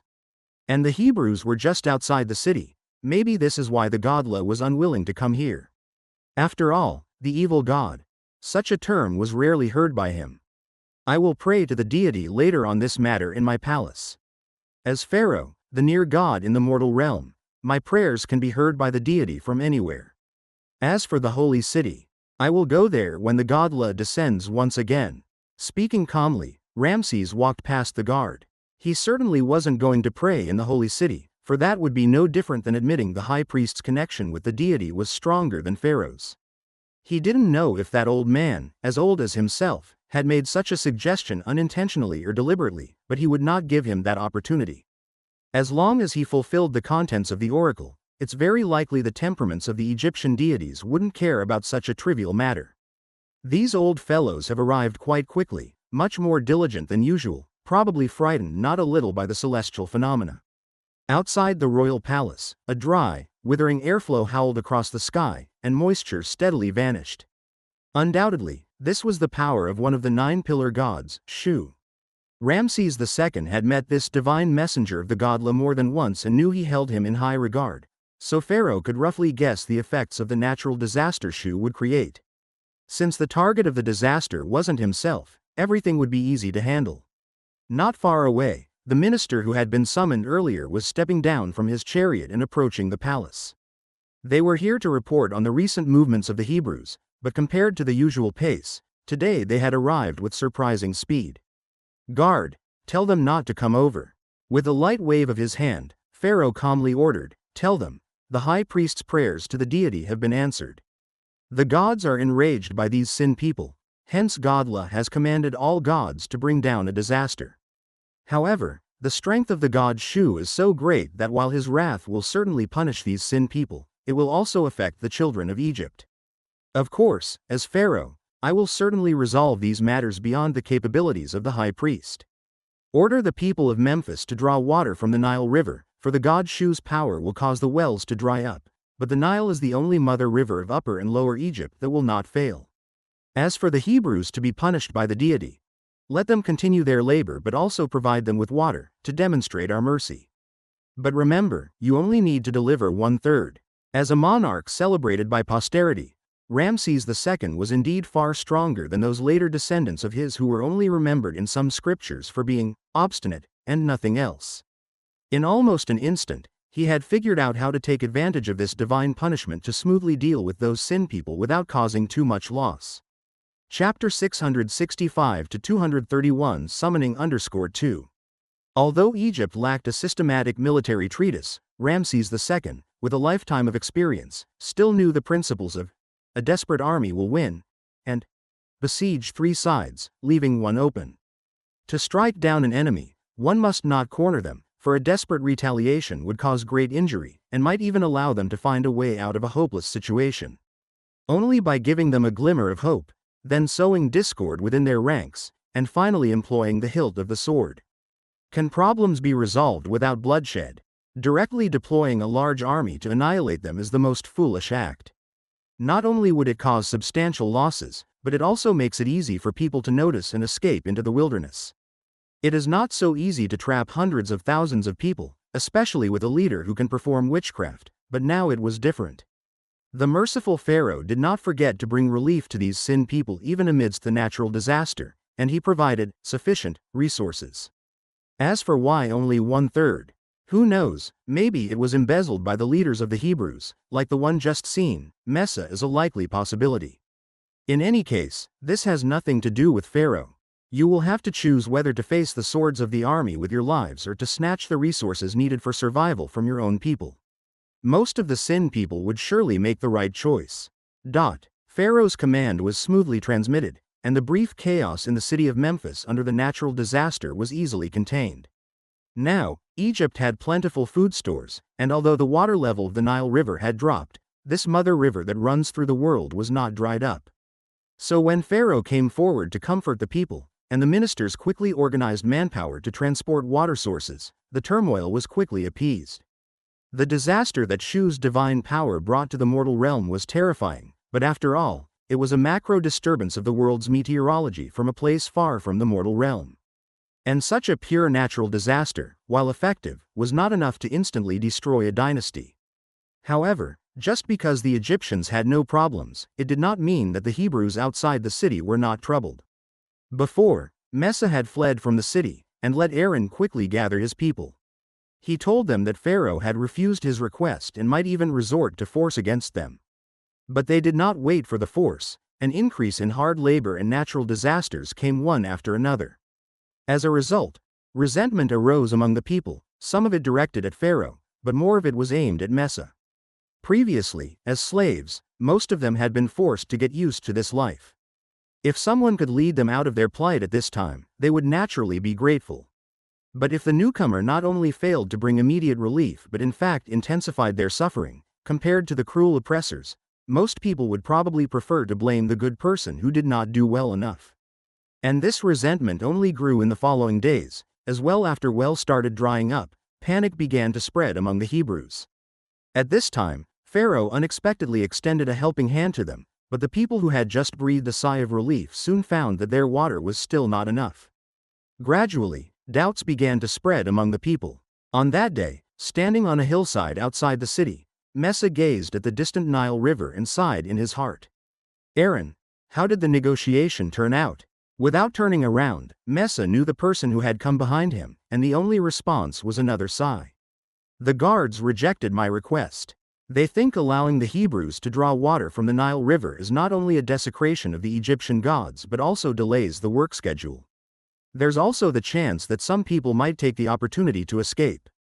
They claim to have already transported enough resources for our survival. I tried to tell them it's not enough. I also tried to explain to the people. But you know, most can only see thousands and thousands of water jars being brought into the camp, Yet their ability to calculate hasn't the faintest idea whether this seemingly large number is enough for hundreds of thousands of people. I understand, Aaron, it's not their fault. Even I cannot possibly calculate by myself the exact amount of resources needed by hundreds of thousands of people. With a heavy expression, Messa's biggest worry was not about this. There's still a lot of our water reserves left. But Aaron, I've heard that there are some unfavorable, discontented speeches among the people against the Lord recently. Yes, nodding, Aaron affirmed Messa's words. That is what must be stopped, Aaron, it's a disaster. Turning around, Messa looked directly into his brother's eyes. The revelation God has granted me tells me that if the Hebrews wish to escape eternal bondage, they must first endure suffering. Even devout believers may die, and the non-devout. I know, Messa, but you have been here too short a time. Neither you nor God have established sufficient authority.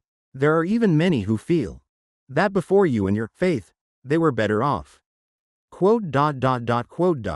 Lost for words, Messa knew he could explain a lot. For example, how could one be content with a bone thrown by the master and ignore his own status as a slave? Or how the current suffering is only temporary, and if the devout unite, they will surely find relief in the future. But Messa said nothing, because he knew that some words had meaning to those who had learned knowledge, who had seen the world, but they were meaningless to the vast majority of commoners. It isn't blasphemy, it's mere ignorance, and it's human nature. They need to listen to God's teachings to do good, to wash away the sins brought by ignorance, but we don't have that much time. So this is the future that God has seen? He doesn't necessarily want us to suffer before we can be delivered, he just sees through the years. Knowing all will eventually come to such an end. Taking out the staff gifted by God, Messa felt its power.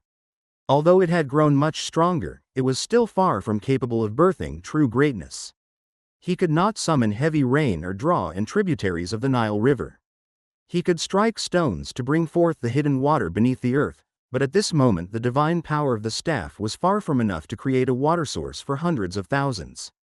At this moment, it seemed Messa once again understood God's profound intentions. The divine power of the staff rose with tribulation. Likewise, those who were non-devout, those with weak minds, would also die in hardship. God had granted him great strength, but in the end, he could only use it to save the most devout of his people. Let's think of something, he said, we will find a way, at least, not so many should die at the start. Shaking his head slightly, Aaron didn't know what else they could think of. The arid wind blew in the sky and in the distance of the land. Yellow sand began to rise. If this continued, perhaps a third of the most fertile land along the Nile River would turn to dust. What's that? With a tone of surprise and suspicion, Aaron suddenly pointed at a small tree nearby. As the natural calamities raged, the vegetation had long turned yellow and shed its leaves, but for some reason, there stood a vibrant green tree amidst the ruin. Clearly, they hadn't seen it when they climbed the hill earlier, and beneath that tree, there was a figure. A figure, too beautiful for the mortal realm. Come, in. Under the Lord's summons, I shall guide you through this catastrophe. Seemingly sensing the gaze from afar, a smile touched the girl's face. She spoke softly, extending an invitation to Messa and his companion. When she said she had been summoned, it certainly wasn't false. For just a few days ago, when she had witnessed with her own eyes 9 pillars arising in the sky, and the great chessboard encompassing the mortal realm, she indeed had been summoned. As for the specific process, that was because as a former deity, she felt that gaze from beyond the firmament in the world, descending upon the mortal realm. Chapter 666-232 God Falls. The biggest difference between the Egyptian gods and the innate deities of chaos, even compared to the deities of the 9 realms, is that they can plunder authority from each other and can more easily die or be reborn. For the former, La itself is the best proof, and for the latter, in the original myths, the god of storms, Seth, once killed his brother, Osiris, the god of agriculture, by simply inflicting physical injury and then cut his body into pieces. But later, Isis resurrected him, without complicated processes. She simply pieced Osiris's body back together, then resurrected a deity from death. Such an easy reversal of a god's life and death is partly because the concept of resurrection and rebirth is very powerful in the world of Hemenu. Yet from another perspective, this is also a manifestation of the god's inherent fragility. Compared to deities of other divine systems, the Egyptian gods do not have such a profound connection with their own authority. Thus, their essence is not as transcendent. In such cases, the cost of bringing a god to life or death naturally varies greatly. Of course, regardless, every appearance in any world ultimately reflects some aspect of that world's fundamental rules. The unique characteristics of the Hemenu gods are directly related to the chaos and fragmentation of the spiritual power of their world. Because in this world, whether it is humans or gods, even all living beings, their spirits are not unified. In mortal belief, the soul of all things is divided into 5 parts: the name of a life, the image painted on external objects, the heart capable of discernment and cognition, the ba symbolizing instincts and desires, and the ka that protects life. The Egyptians believe that these 5 elements together constitute a complete soul, Akh. However, mortals' understanding is always superficial. They cannot see through the interaction behind spirit and flesh. In fact, in the eyes of a deity, as part of the material side, a life's heart symbolizes more the body's nourishment and gestation of the soul, and the name and image of a life do not hold as much significance to the soul as imagined. The actual parts that constitute the soul, Akh, are really Ka and Ba. And this is true not only for humans but also for deities. A god's Ba is the embodiment of their humanity and beastliness, as well as the proof of their own existence and the vessel for their divine power. The Egyptian gods often appear in the form of a human body with an animal head, which is actually an embodiment of their Ba, and they often separate their Ba from themselves, placing it onto the statues they have built in the mortal realm. The direct consequence is the animation of the statues, turning into the corresponding animal. For instance, La becomes an eagle, Thoth a baboon or a heron. As for a god's Ka, it is the soul that carries their authority. This part is also why gods can plunder godhood from each other and why deities can age and die. So as you see, Messa, the great prophet of the Hebrews, I have perceived the changes in the world from everything between heaven and earth, seen his supreme might and understood the greatness of his creation. Thus, I was called by him to come here to help you. At the other end of the grassy slope, under the lush greenery, Isis lightly cupped her cheek, speaking to the 2 mortals in front of her who could be killed with just a breath. And it seems that you indeed need my help. Relaxed in demeanor, since the gods entered the Sea of Origin a few years ago, Isis had indeed relaxed a lot. And having secretly observed Messa for a period, she didn't think that celestial deities were any sort of savage or mad beings. All these discoveries reassured her greatly. Now was the time for her to genuinely start doing something. As a former goddess of life, Isis's understanding of life and spirit is arguably the most profound among the Hemenu gods. Even now, existing purely in the form of Ba, the divine power that once belonged to a deity still surged through her body. Having lost the Ka that carried authority, Isis only lost the means of regenerating divine power. Henceforth, her power will diminish with every use. However, over the past thousands of years, apart from maintaining her eternal youth and life, she never squandered her remaining legacy. Therefore, being in the mortal realm, resolving the grand natural disasters created by Shu high above was not such a difficult task for Isis. Madam, the righteous called by the Lord. Though somewhat skeptical, since the scepter in his hand gave no warning, even at their first meeting, Messa still trusted this unfamiliar lady. As you said, we indeed need your help now. The Lord's followers are suffering from the disasters wrought by the deities of barbarous nations. Their lives are hard to sustain. Although we can solve other problems, a person can go 10 days without food, but not 10 days without water. That's easy to solve. I can take care of this problem. Her lips slightly upturned. A smile seemed to briefly cross the young woman's face. However, I've heard that while an individual can maintain the purity of faith, a people cannot. Great prophet of the Hebrews, can you guarantee to me that every single person saved with my help will remain a follower of God? I can't see into their hearts, madam, but I will certainly try my best to discern. After a moment's silence, Messa made a promise. Very well, since that's the case, then I will solve this problem for you. Chapter 667 to 232 God falls _2. Smiling and nodding, Isis raised her immaculate wrist. On it, a string of emerald gemstones sparkled brilliantly. She took off the bracelet, separated the gemstones, and then cradled them in her hand. This is my favorite piece of jewelry, but now I am offering it to the servant of God. Go and find a patch of land, plant them there. The unceasing spring of life will gush forth from it, healing wounds and ailments, sweeping away hunger and discord. But remember, great prophet of the Hebrews, this is a gift I respectfully offer to the believers of God. The faithless may drink from it, that is your right, but those who speak arrogance must never be included. Life is both a blessing and a curse. I will keep that in mind, my lady. With solemn expression, Messa accepted the emerald gemstones. Thank you for your help. From this day forward, the Hebrews will forever remember your grace, unto eternity. I hope so, although I don't really care much about that. Looking somewhat mysterious, as the once goddess of life and magic, Isis's interactions with humans were not few. Since she relinquished her divinity, such observations had become even more frequent. She was certain that no gratitude was everlasting.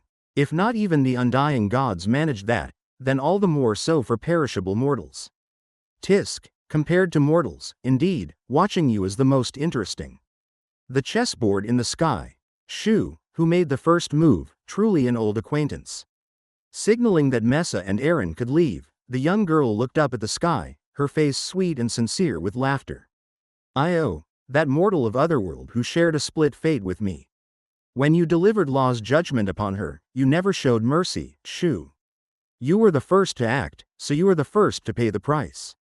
Your move has been negated by me, so what will you use to resist his move? Despite looking far into the distance, it was regrettable that Isis still couldn't see beyond the primordial water, to the place on the celestial chessboard in the sky that felt slightly dimmed.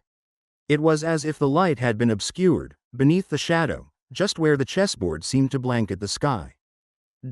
Since Messa returned to the Egyptian-designated settlement area for the Hebrews with 10 gemstones, the crowd, previously like a cauldron on the brink of boiling, quickly stabilized. Where the gemstones fell to the ground, they became wells flowing with sweet and palatable well water. The water shaped by divine power even made those who drank from it gradually grow stronger, turning the frail robust. Of course, behind any good deed, there often occur some not-so-good episodes. Because of the warning Isis left before her departure, Messa had Aaron tell everyone who came to drink. The Hebrews who believed in the Egyptian gods could not drink the water from the wells until they converted. Those who had blamed God for the natural disasters and their pain would never be allowed to drink the well water. The water brought by the Egyptians was theirs to drink. Because of this issue, Aaron once spoke out to advise, not because he thought Messa's approach was too harsh, but quite the opposite, he felt it was too lenient. Those who attributed disasters and suffering to God should be killed, or at the very least, expelled, to serve as a warning to others, but Messa refused his suggestion. Aaron, their prior errors only stemmed from their ignorance. No parent would kill their children for making mistakes. Rather than teaching them, your thoughts are still too extreme. But, I understand. Parting his lips slightly, Aaron was tempted to ask whether the relationship between God and the Hebrews was truly that of a parent and child. But the words didn't leave his lips.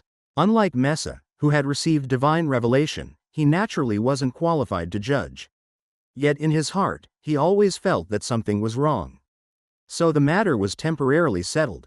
As the natural disasters from the sky, from Shu, became increasingly severe in Hemenu's mortal realm, the water level of the Nile River also sunk lower and lower.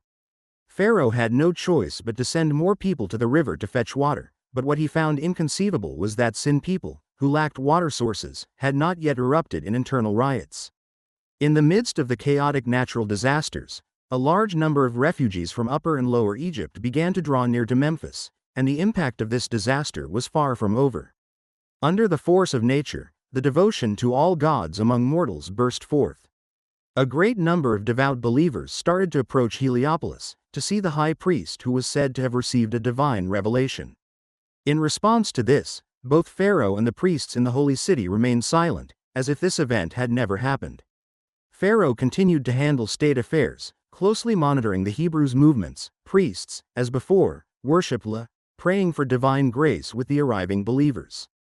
The number of the dead began to rise, even within the Hebrews' settlement, there were plenty of deaths. There were those who refused to abandon their faith in the Egyptian gods and ultimately died of disease, and those who claimed to be devout followers, but in the end, had their life sucked away by the power in the well water, turning into mummies. However, no matter what, at least under the first plague, the losses of the Hebrews were not as great as imagined, thanks to the help of Isis. So on that day, scepter in hand, Messa stood once again in front of Pharaoh's royal palace and strode in. He knew that the disaster was a punishment from the Egyptian gods, but this was also the confidence that brought him here. The calamity sent down by the deity was indiscriminate. If Pharaoh was unwilling to let them go, then they too would have to suffer an equal disaster. I have come to visit you again, your majesty. The scepter gently touched the ground, an invisible force repelled two approaching guards. Messa looked at the pharaoh inside the royal palace and loudly repeated his previous demand. Your majesty, please release the station's soldiers and allow my people to go and hold a feast to my god in the wilderness. Otherwise, I fear the disaster sent from above will not subside. When Messa stepped into the royal palace again, as the two worlds' monarchs met once more in the mortal realm, a faint sound spread between heaven and earth. In the skies, before the game board, sitting to the left of the great sun orb, where La resided, the god of wind and atmosphere, Shu knew that he had lost this round. But he was not concerned because the stake of the gods was dominion, his card, a part of him, but not all of his life. At that moment, seated before the game board, Shu was just slightly regretful that he hadn't caused great harm to those sinners with his own move. Nevertheless, it didn't matter, for he had another guess. Perhaps once he lost his dominion, he could return to the mortal realm, and then deal with those mortals by himself. As for the bet he lost, Shu wasn't too concerned about it either because, after all, there were 9 rounds in this game. The 9 pillar gods had readily obeyed La's command to join the game, even placing their pieces as he directed, because they had sworn with him in the Sea of Origin that as long as they ultimately won, the gods who lost their strength could regain what they had lost, and the gained strength would be distributed evenly according to the original power's magnitude. So at this moment, Shu was not only unworried for himself but was considering how to quickly exterminate all those mortals with sin blood. But I have already made my move, this howling disaster is the proof. But what about him? Could it be those springs that suddenly emerge? Somewhat puzzled, Shu felt just a bit irritable. For some reason, a sudden, inexplicable panic began to rise in his heart, as if the next moment, his own life was about to end. Chapter 668-233 Wind and Wilderness. In the material world, the lighter the object, the less strength it needs to be moved. In the mystical world, the more powerful the object, the greater the force required to change it. Seated upon the primordial water, the forces of infinite space and the 7 layers of the spirit realm circled beside the 2 chess players. Under this enormous bulk, even space and time bent. 1 month in the mortal realm was but a moment under the sky vault. La's order to Shu God to bring calamities seemed to have been given just a moment ago. Right before him, as the hand of God had just reached out from beyond the world. Yet in that instant, La's face had become incredibly grim. His gaze was directed toward the realm of mortals, towards the hill outside the city of Memphis. Separated by the Sea of Origin and the mortal realm, the other 9 pillars' spirits' perception of everything on earth had become much blurrier. But they did not know what happened. In front of La, the divine power emanating from the mortal realm was all too familiar and clear. Thousands of years ago, when that abrupt nightmare occurred, La, having received a warning from the world, had issued an order. He executed a deity for the first time, and it was the only true god he had killed after devouring his predecessor, the Lord of the Sun Autumn. From that day on, no new life was born in the mortal world for 3 years, and magicians ceased to exist on Earth, but La did not regret it. To eliminate a danger at its inception was a choice anyone would make. He only felt some regret because La always thought that Isis was the most talented and imaginative among the 9 pillar gods. Perhaps magic and life could converge in her hands, shining even brighter, and perhaps break the limitations of the gods, possessing a might close to his own.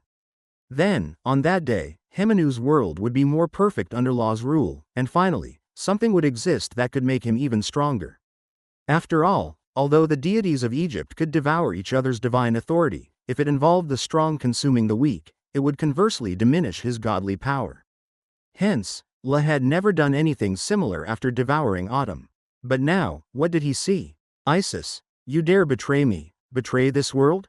Even now, you have sided with the outer gods. La spoke each word deliberately, somewhat in disbelief. Compared to the invasion of the outer realms, he found it even more unacceptable that someone dared to decide to betray him so long ago. He admitted he had some undesirable thoughts, but not only had La never revealed them, he never put them into any form of action. And yet, before he did anything, Isis had already chosen to betray him. After all, since she was still alive, it meant that the one who had died before was just a body double. Undoubtedly, this proved that long before La received the world's warning and decided to make a move against Isis, she had already prepared to fake her death and escape. And right under his watch, La was completely unaware of it. Isis, you had already encountered those of alien bloodlines. Traitor! A low shout of anger echoed in the void, causing ripples in the surrounding space. However, on the endless, silent surface of the water, there was no third presence to hear La's furious outcry. Only from a far distance, on the mortal world, did Isis, seemingly sensing something, look up. She heard no sound, but in that moment, she smiled as if she had anticipated this. Not long ago, when she finally decided to intervene in this chess game, Isis had already prepared to be discovered. It was highly likely that her divine aura could not evade the Lord of the Sun, and perhaps her former colleagues were now raging at her in the heavens. Angry at her betrayal, but honestly, Isis did not think she had done anything wrong. The outcome had proven that her choice was the correct one. When La found a destabilizing factor on someone, his first reaction was always to eliminate it. At that time, even if she had reported Io's existence to La, she did not have confidence to sever the fate between herself and him. When that time came, she would probably still inevitably face death. But as a deity, Isis did not want to sacrifice herself for La's grand scheme and the world. What is the grand scheme? Who can survive to the end? Who is the strongest? That is the grand scheme, a concept of which Isis was only too aware. The struggle between La and his predecessor, the Lord of the Sun Autumn, was just such an occasion. At the time of the transition of power of the sun, the chaotic serpent Apep, no longer restrained, had caused great damage to the world. But did La give up then? Certainly not, and thus Isis did the same. If she couldn't understand even that, she would probably have already become a casualty. The first sacrificial victim on the front line of the contention between two worlds. Traitor. It is Isis, she is still alive. Divided in twain, stationed in two places. La, bearing the names, Autumn, and Amen, was far above on the primordial water, but his solar aspect was ranked alongside the 9 pillar gods. And at one end of the chessboard, seated upon the great sun orb, compared to the self that bore, by, composed entirely of, the residents of the solar authority, known as Ka. La, although equally angry, did not undergo such intense emotional fluctuations. His expression turned solemn. La felt the gaze directed at him due to his reaction. Isis's presence had disrupted his steps, the prior probes could likely not continue. Originally, La had planned to use the 9 pillar gods as pawns, gradually probing the methods of the outer gods while simultaneously weakening the power of the Hebrews, ultimately creating a solar collapse himself at any cost to achieve his goal in one fell swoop. Chapter 669 to 233 Wind and Wilderness _2. Even if that would mean dying once again, that was an acceptable price to pay. Last time he was resurrected, La had successfully fused with the power of Amen, and as long as he could achieve ultimate victory, La did not mind doing it all over again, then assimilating the departure of the outer god as another part of himself.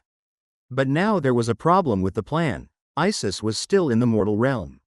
She had taken the side of the outer god, and with her help. Stoking the flames strategy was just slow suicide. Your Majesty, what did you say? Isn't Isis already dead? Why did you suddenly bring her up? With a forced smile, a stronger sense of panic surged in Shu's heart on La's left side. Isis, the traitor, what does that mean? Actually, he already had a guess in his mind, but Shu still looked up at the figure with the head of an eagle and the body of a man in the celestial sphere, seeking some comfort. Even if it were as he feared, it shouldn't have anything to do with him. However, La did not look at him and only a look of regret flashed in his eyes. Nut, Set, and Tefnut, you will all strike together, bring down torrential rain and sandstorms, and drive all life in the sky, letting the morning star fall towards the mortal realm. Thoth, you have inherited Isis's position, so it will be up to you to deal with her interference. Try to reduce the chances of her meddling, then create as much death as possible to prepare for the next step. Rest assured, without Isis, the outer god will have to personally protect those mortals from the alien realm. Your Majesty, what do you mean? Interrupting Law's words, disregarding past dignity, Shu asked loudly, do you mean Isis is still alive? But you said without her, the outer god will have to personally protect those mortals. So what is he going to do now? Target the pharaoh's dynasty in the mortal realm. A moment of silence, with no answer. La also did not know what to say. But soon enough, he would not have to say anything. Because just above the world, atop the surface of the primordial water, a vast shadow had already engulfed the chessboard. The world shuddered, the laws resonated.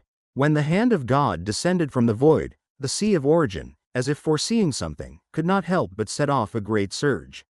According to the rules of this chess game, the winner would take the loser's authority. However, the stakes were supposed to be exchanged only after the conclusion. Even if Shu faced an early disadvantage, his divine authority should temporarily be used as a chip on the opponent's table, waiting for the moment of redemption. Yet the god did not want to wait for that day. As an outsider, his interference in the mortal realm could never compare to that of the indigenous deities of Hemenu. Thus, he abandoned the chance to meddle in the mortal realm and instead kept it in hand, using it to prematurely claim what should be his harvest. Whoosh! The primordial water enveloping the world parted before him, the shadow covering the world. Above Egypt, among the 9 floating pillars, the hand of God grasped the one filled with wind. No, La, you promised, we would not die, what is happening? Explore new worlds at Novel Bin, calm. Finally realizing his fate, as if no longer holding any hope for luck, Shu screamed in madness. In the impression of the Egyptian gods, he was always an elegant and steady deity, often accompanying La, conveying his decrees. However, at this moment, he looked much like the lowest of mortals. Just like a prisoner about to face death, desperate in his struggle, yet helplessly in vain. Save me, La, save me, you promised. Wait, I am willing to surrender, I am willing to be loyal to you, spare me, spare me. Crack, a light sound, the breaking of the divine pillar, and the dissolution of the law. Under the rules constituted by the forces of both worlds, nothing could be changed. The origin of wind and atmosphere was extracted and fell into the palm of God. In an instant, the very foundation of Hemenu's world trembled slightly, as though a complete house had one of its walls removed. While it still stood, it no longer seemed as solid. Shu's, Ka, and Ba were extracted. The parts belonging to spirit were merged into one by the supreme authority. During this process, Hemenu's scattered and disordered essence of spirituality was analyzed, reassembled, sublimated, dissolved. As if enduring the agony of 1,000 cuts, the pain that reached the consciousness made him feel even death would be too kind a wish. But clearly, all this did not shift for the will of Shu. This erosion continued. Until a certain moment, when his consciousness was on the brink of collapse, the pain gradually faded away. Shu knew that his life was coming to an end. Opening his consciousness as if opening his eyes, he seemed to see a vast world with a 7-layer structure unfolding before him. Its origin was cheering, leaping, welcoming the arrival of nutrients, and he, himself, was that very nourishment. Is this the alien realm? At the end of his life, looking at the source of fear that the all-gods had always been afraid of, Shu's consciousness vibrated for the last time. He looked back at where he had come from, but all he saw was the void. La, I curse you. You will end up just like me, watching yourself die, watching yourself become food for the outer gods. The voice gradually weakened until it finally dissipated. From this moment on, Shu's consciousness completely dissipated. The spirit realm, the 5th layer, compared to 1,000 years ago, this once desolate place had already changed drastically. Divided into inner and outer, on the outside of the 5th layer of the spirit realm, countless tiny spaces, small as specks of stars yet vast as continents, adorned it. Belief and souls from the outer world flowed into this place continuously, transforming into the cornerstone that bolstered these realms. And among these specks, several giant planes made up of emotions shone like stars. Attracting these scattered specks, the seven hills paradise, gathering all manner of benevolent emotions and convictions, was the largest of them. Perhaps because it was the earliest to take shape, its existence was widely known in the mortal realm. The celestial clan came and went here, these once golden humanity beings traversing between many realms as they passed through life. It was even possible to see, with the passage of time, other forms of life beginning to emerge within the planes. Like the very nature of the planes themselves, they inherently possessed positive emotions, loving kindness and detesting evil. Seven Hills Paradise. How can such a place exist in this world? In a tiny glittering realm, a giant bear stood on the fringe, gazing into the distant void. As one who had just amassed enough faith and strength to reach this mysterious domain said to belong to the faith gods, the bear had been quite hopeful at first, but as soon as he arrived, he found himself at the edge of the Seven Hills Paradise. Then, a baffling war broke out. The native beings reproached him for acquiring strength through blood sacrifices and confronted him with violence. The reason was laughable: if a beast like me doesn't feed on blood, then what would you have me eat? Besides, without the blood sacrifices, how would I gain the strength to break free from the limit of the totem spirits and come here? Unable to understand, fortunately, the native beings did not stray too far from that plane, so the bear had only to run a little before he was out of danger. He searched the void for a long time before finding this place, similar to Seven Hills Paradise, but recently formed, still very weak and devoid of life. The convictions gathered here were freer and more arbitrary, without the strong positive emotions. Thus, the bear happily named it the Wild Expanse. Depending on its existence, he could finally start weaving his own domain. And now, this shimmering, tiny realm was the fruit of the bear's labor. It looks like it'll be a while yet. But that's okay, I no longer have to worry about my lifespan. After a shake of the head, apart from being too desolate, the bear felt that everything else about this place was quite nice. There was no need to worry about being discovered by the Olympian gods, no need to face various dangers. Within one's own realm, one was an omnipotent entity, and that feeling was nothing short of wonderful. For a time, the bear even began to grow complacent. Boom! Suddenly awakened, the bear looked around, searching for the source of the disturbance. However, after looking around, it found nothing.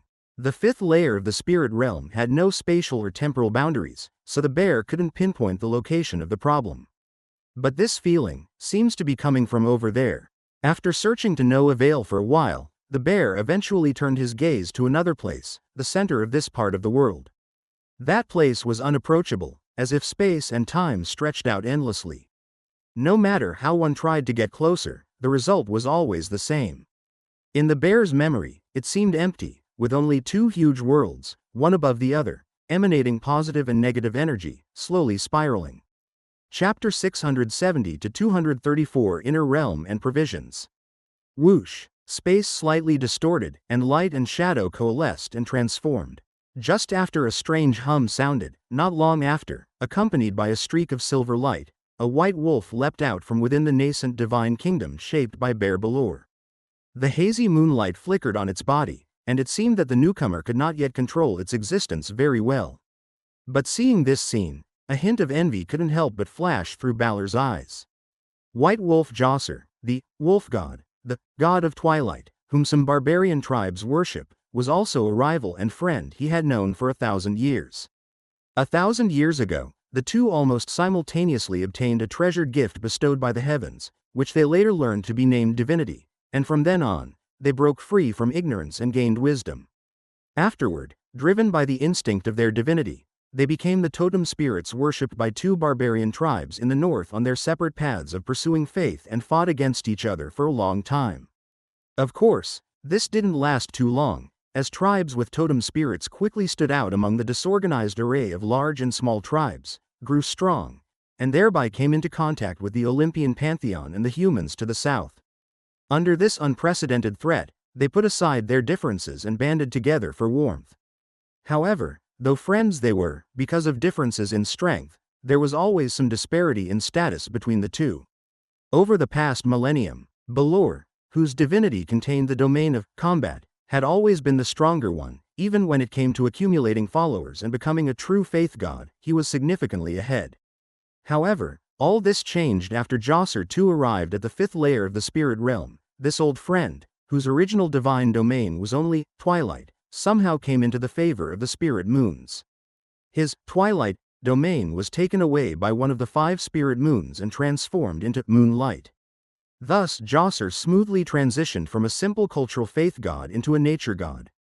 This was evident from the commotion of his arrival, which was through divinity ability, altering space, that crossed the vast void of the fifth layer of the spirit realm.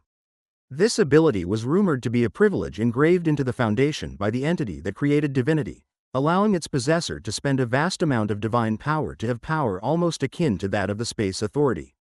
Balor tried it once when he was constructing the prototype of his divine kingdom, but never again after that. After all, such high-level divine power consumption was too extravagant for him, a newly ascended faith god. Cultural godhood is different from natural godhood. He did not have the divine power supplied spontaneously by his godhood. Every bit of his strength was painstakingly extracted from faith and worship. Why have you come? Did you also sense the disturbance just now? But it seems that this change is not really related to us, right? Why come here instead of quickly adapting to spirit moon's blessing? Passing through the barrier of his nascent divine kingdom, Balor approached the white wolf. The somewhat chaotic spacetime struck like the tide, but it was easily blocked by a layer of fine golden light. This is why, in the beginning, faith gods sought out large, native outer realms like Seven Hills Paradise and Wild Expanse to attach themselves to, and near them, to establish their nascent divine kingdoms. After all, the essence of the deep layers of the spirit realm's spacetime is inherently chaotic and disorganized. Unless one's own divine power is so strong as to fear no loss, one always needs to first find a sheltered harbor and slowly build one's little boat. Not really related? It looks like you didn't sense it. When the white wolf opened its mouth, there was no ferocity of a wild beast, but rather a hint of sanctity. What sensation? Balor looked puzzled, as he hadn't sensed anything special. In front of him, however, the white wolf just shook its head slightly. A difficult-to-describe sensation of completeness that comes from divinity. But now it looks like this is a sensation transmitted by natural priesthood. Haha, I advise you to try and change the inclination of your priesthood too. After the previous ordeal, I always feel that to this world, only those who possess natural priesthood are considered half its own people, while the rest are merely insects.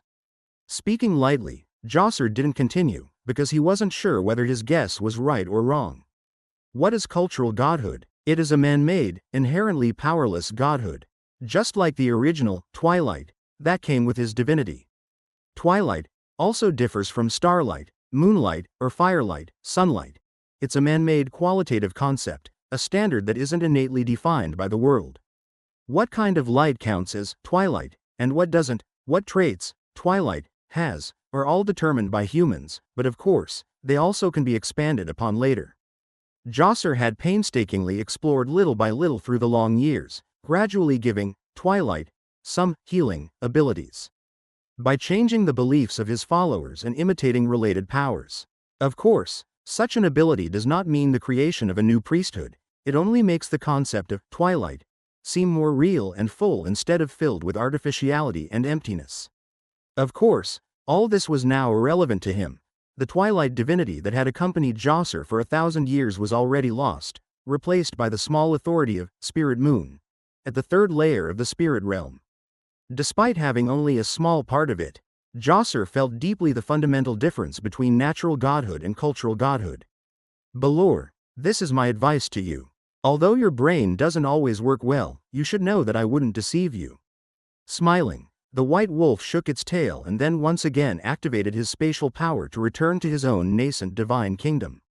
He had come to ascertain his guess, and the result was indeed as he had expected. You're the one whose brain doesn't work well, HMPH, as if I'd need your reminder if I had the chance. With a low huff, the huge bear thumped its chest. Of course, he also wanted to change his type, but there just hadn't been an opportunity. But at that thought, his large bear eyes couldn't help but look towards where the sound had come from before. The void of the fifth layer of the spirit realm was pitch black, and the distant space-time prevented him from seeing the core or the opposing black and white interfaces above and below, let alone knowing what had happened there. If he could step into that place, he wondered if he could be as lucky as Djoser and receive the favor of something. Becoming a member of the nature deities. Boom. Different from the slight movement at the edge, at the core of the fifth layer of the spirit realm, a massive spacetime vortex was swirling unpredictably. The interface of positive energy was located, above, on the spacetime plane, while the interface of negative energy subsided, below, in the spacetime domain, and slightly to the east of their midpoint was where the spacetime vortex had formed. There, cracks like lightning zigzagged and twisted. With the laws of the interface unprecedentedly condensed and active, it seemed as if something was about to happen, delighting the origin of the fifth layer of the spirit realm. Whoosh, like the Milky Way tilting, or the ocean reversing flow. At a certain moment, as the rotation of the spacetime vortex reached its limit, it exploded with a thunderous blast. A sky-blue light streaked through the center of the vortex and then burst forth explosively in all directions. Energy and spirituality converged, and a nascent, small interface evolved. In almost an instant, another interface composed purely of elements and energy was born at the core of the fifth layer of the spirit realm. The inner realm wind elemental plane materialized, and with its birth, the other three positions on its unified plane also trembled slightly. Explore more adventures at Novel Bin, com. In a location towards the south, similarly, fiery red light began to condense, and another elemental interface started to show its nascent form. Energy assembled, the void shimmered, and faint glimmers began to stir in the remaining two directions, but this was already the limit. When the inner realm fire elemental plane also emerged, this change had to be forcibly halted. At the center of the fifth layer of the spirit realm, the four elemental planes were arranged like a three-dimensional diamond, with the interfaces of positive and negative energy as the sharp ends above and below. The moment they coalesced into form, the origin of the fifth layer of the spirit realm suddenly trembled. It seemed to want to undergo some sort of sublimation, but ultimately it failed due to insufficient strength. Even the two elemental interfaces that had already formed shook slightly, as if they were at risk of disintegration. However, the power of the interfaces immediately suppressed this, briefly stabilizing their structure. Has it finally arrived? Only two more, earth and water. As these changes occurred in the spirit realm, deep in the nine hells, the great serpent seemed to sense something as well. Within the chaos plane, the presence of earth and water naturally far exceeded that of wind and fire, but because the former were so powerful, they had each given birth to corresponding deities at the dawn of creation. The spirit realm's involvement with these two dominions couldn't be said to be nil, but it had always been on the fringes. However, to gather a complete set of the four elemental planes and allow them to cycle naturally, at least all four dominions needed to reach a level of divine power or higher. The part of Creus's meteorology power, along with Shu's atmosphere and wind, undoubtedly met the requirement. Fire needn't be mentioned separately, as the great serpent itself had received a portion of the power from the flame kingdom within the nine realms, but since it was now adequate, it continued to leave it within hell. But earth and water, having had no chance to intervene in this world from the beginning, could only rely on Hemenu's nine pillar gods to continue their generous support. Fortunately, in the great serpent's memory, among Egypt's nine pillar gods were Set, signifying the desert, and Jeb, representing the earth. As for water, even without mentioning the primordial water, the rain and lake god were sufficient. Although I'm not quite clear on what's happening there, the efficiency of divinity is indeed fast enough. But it's also a necessary affair. After all, only when the fifth layer of the spirit realm is perfected will it be able to wield even greater power. If we only maintain the current level, even if the world of Hemenu comes to an end, we're likely to gain little benefit. The faster, the better. After earth, water, wind, and fire are perfected, not only is the power of samsara likely to grow stronger, but the fifth layer of the spirit realm itself might also undergo some kind of transformation. Whether taken sooner or later, the gods still aim to secure their spoils of war in advance, and this is the reason why. Digesting the spoils of war within the spirit realm requires time. If we were to wait until everything ends before starting, the opportunity might have already slipped through our grasp, with no chance of a repeat. Moreover, once the cycle is generated, the elemental forces will be able to convert into each other.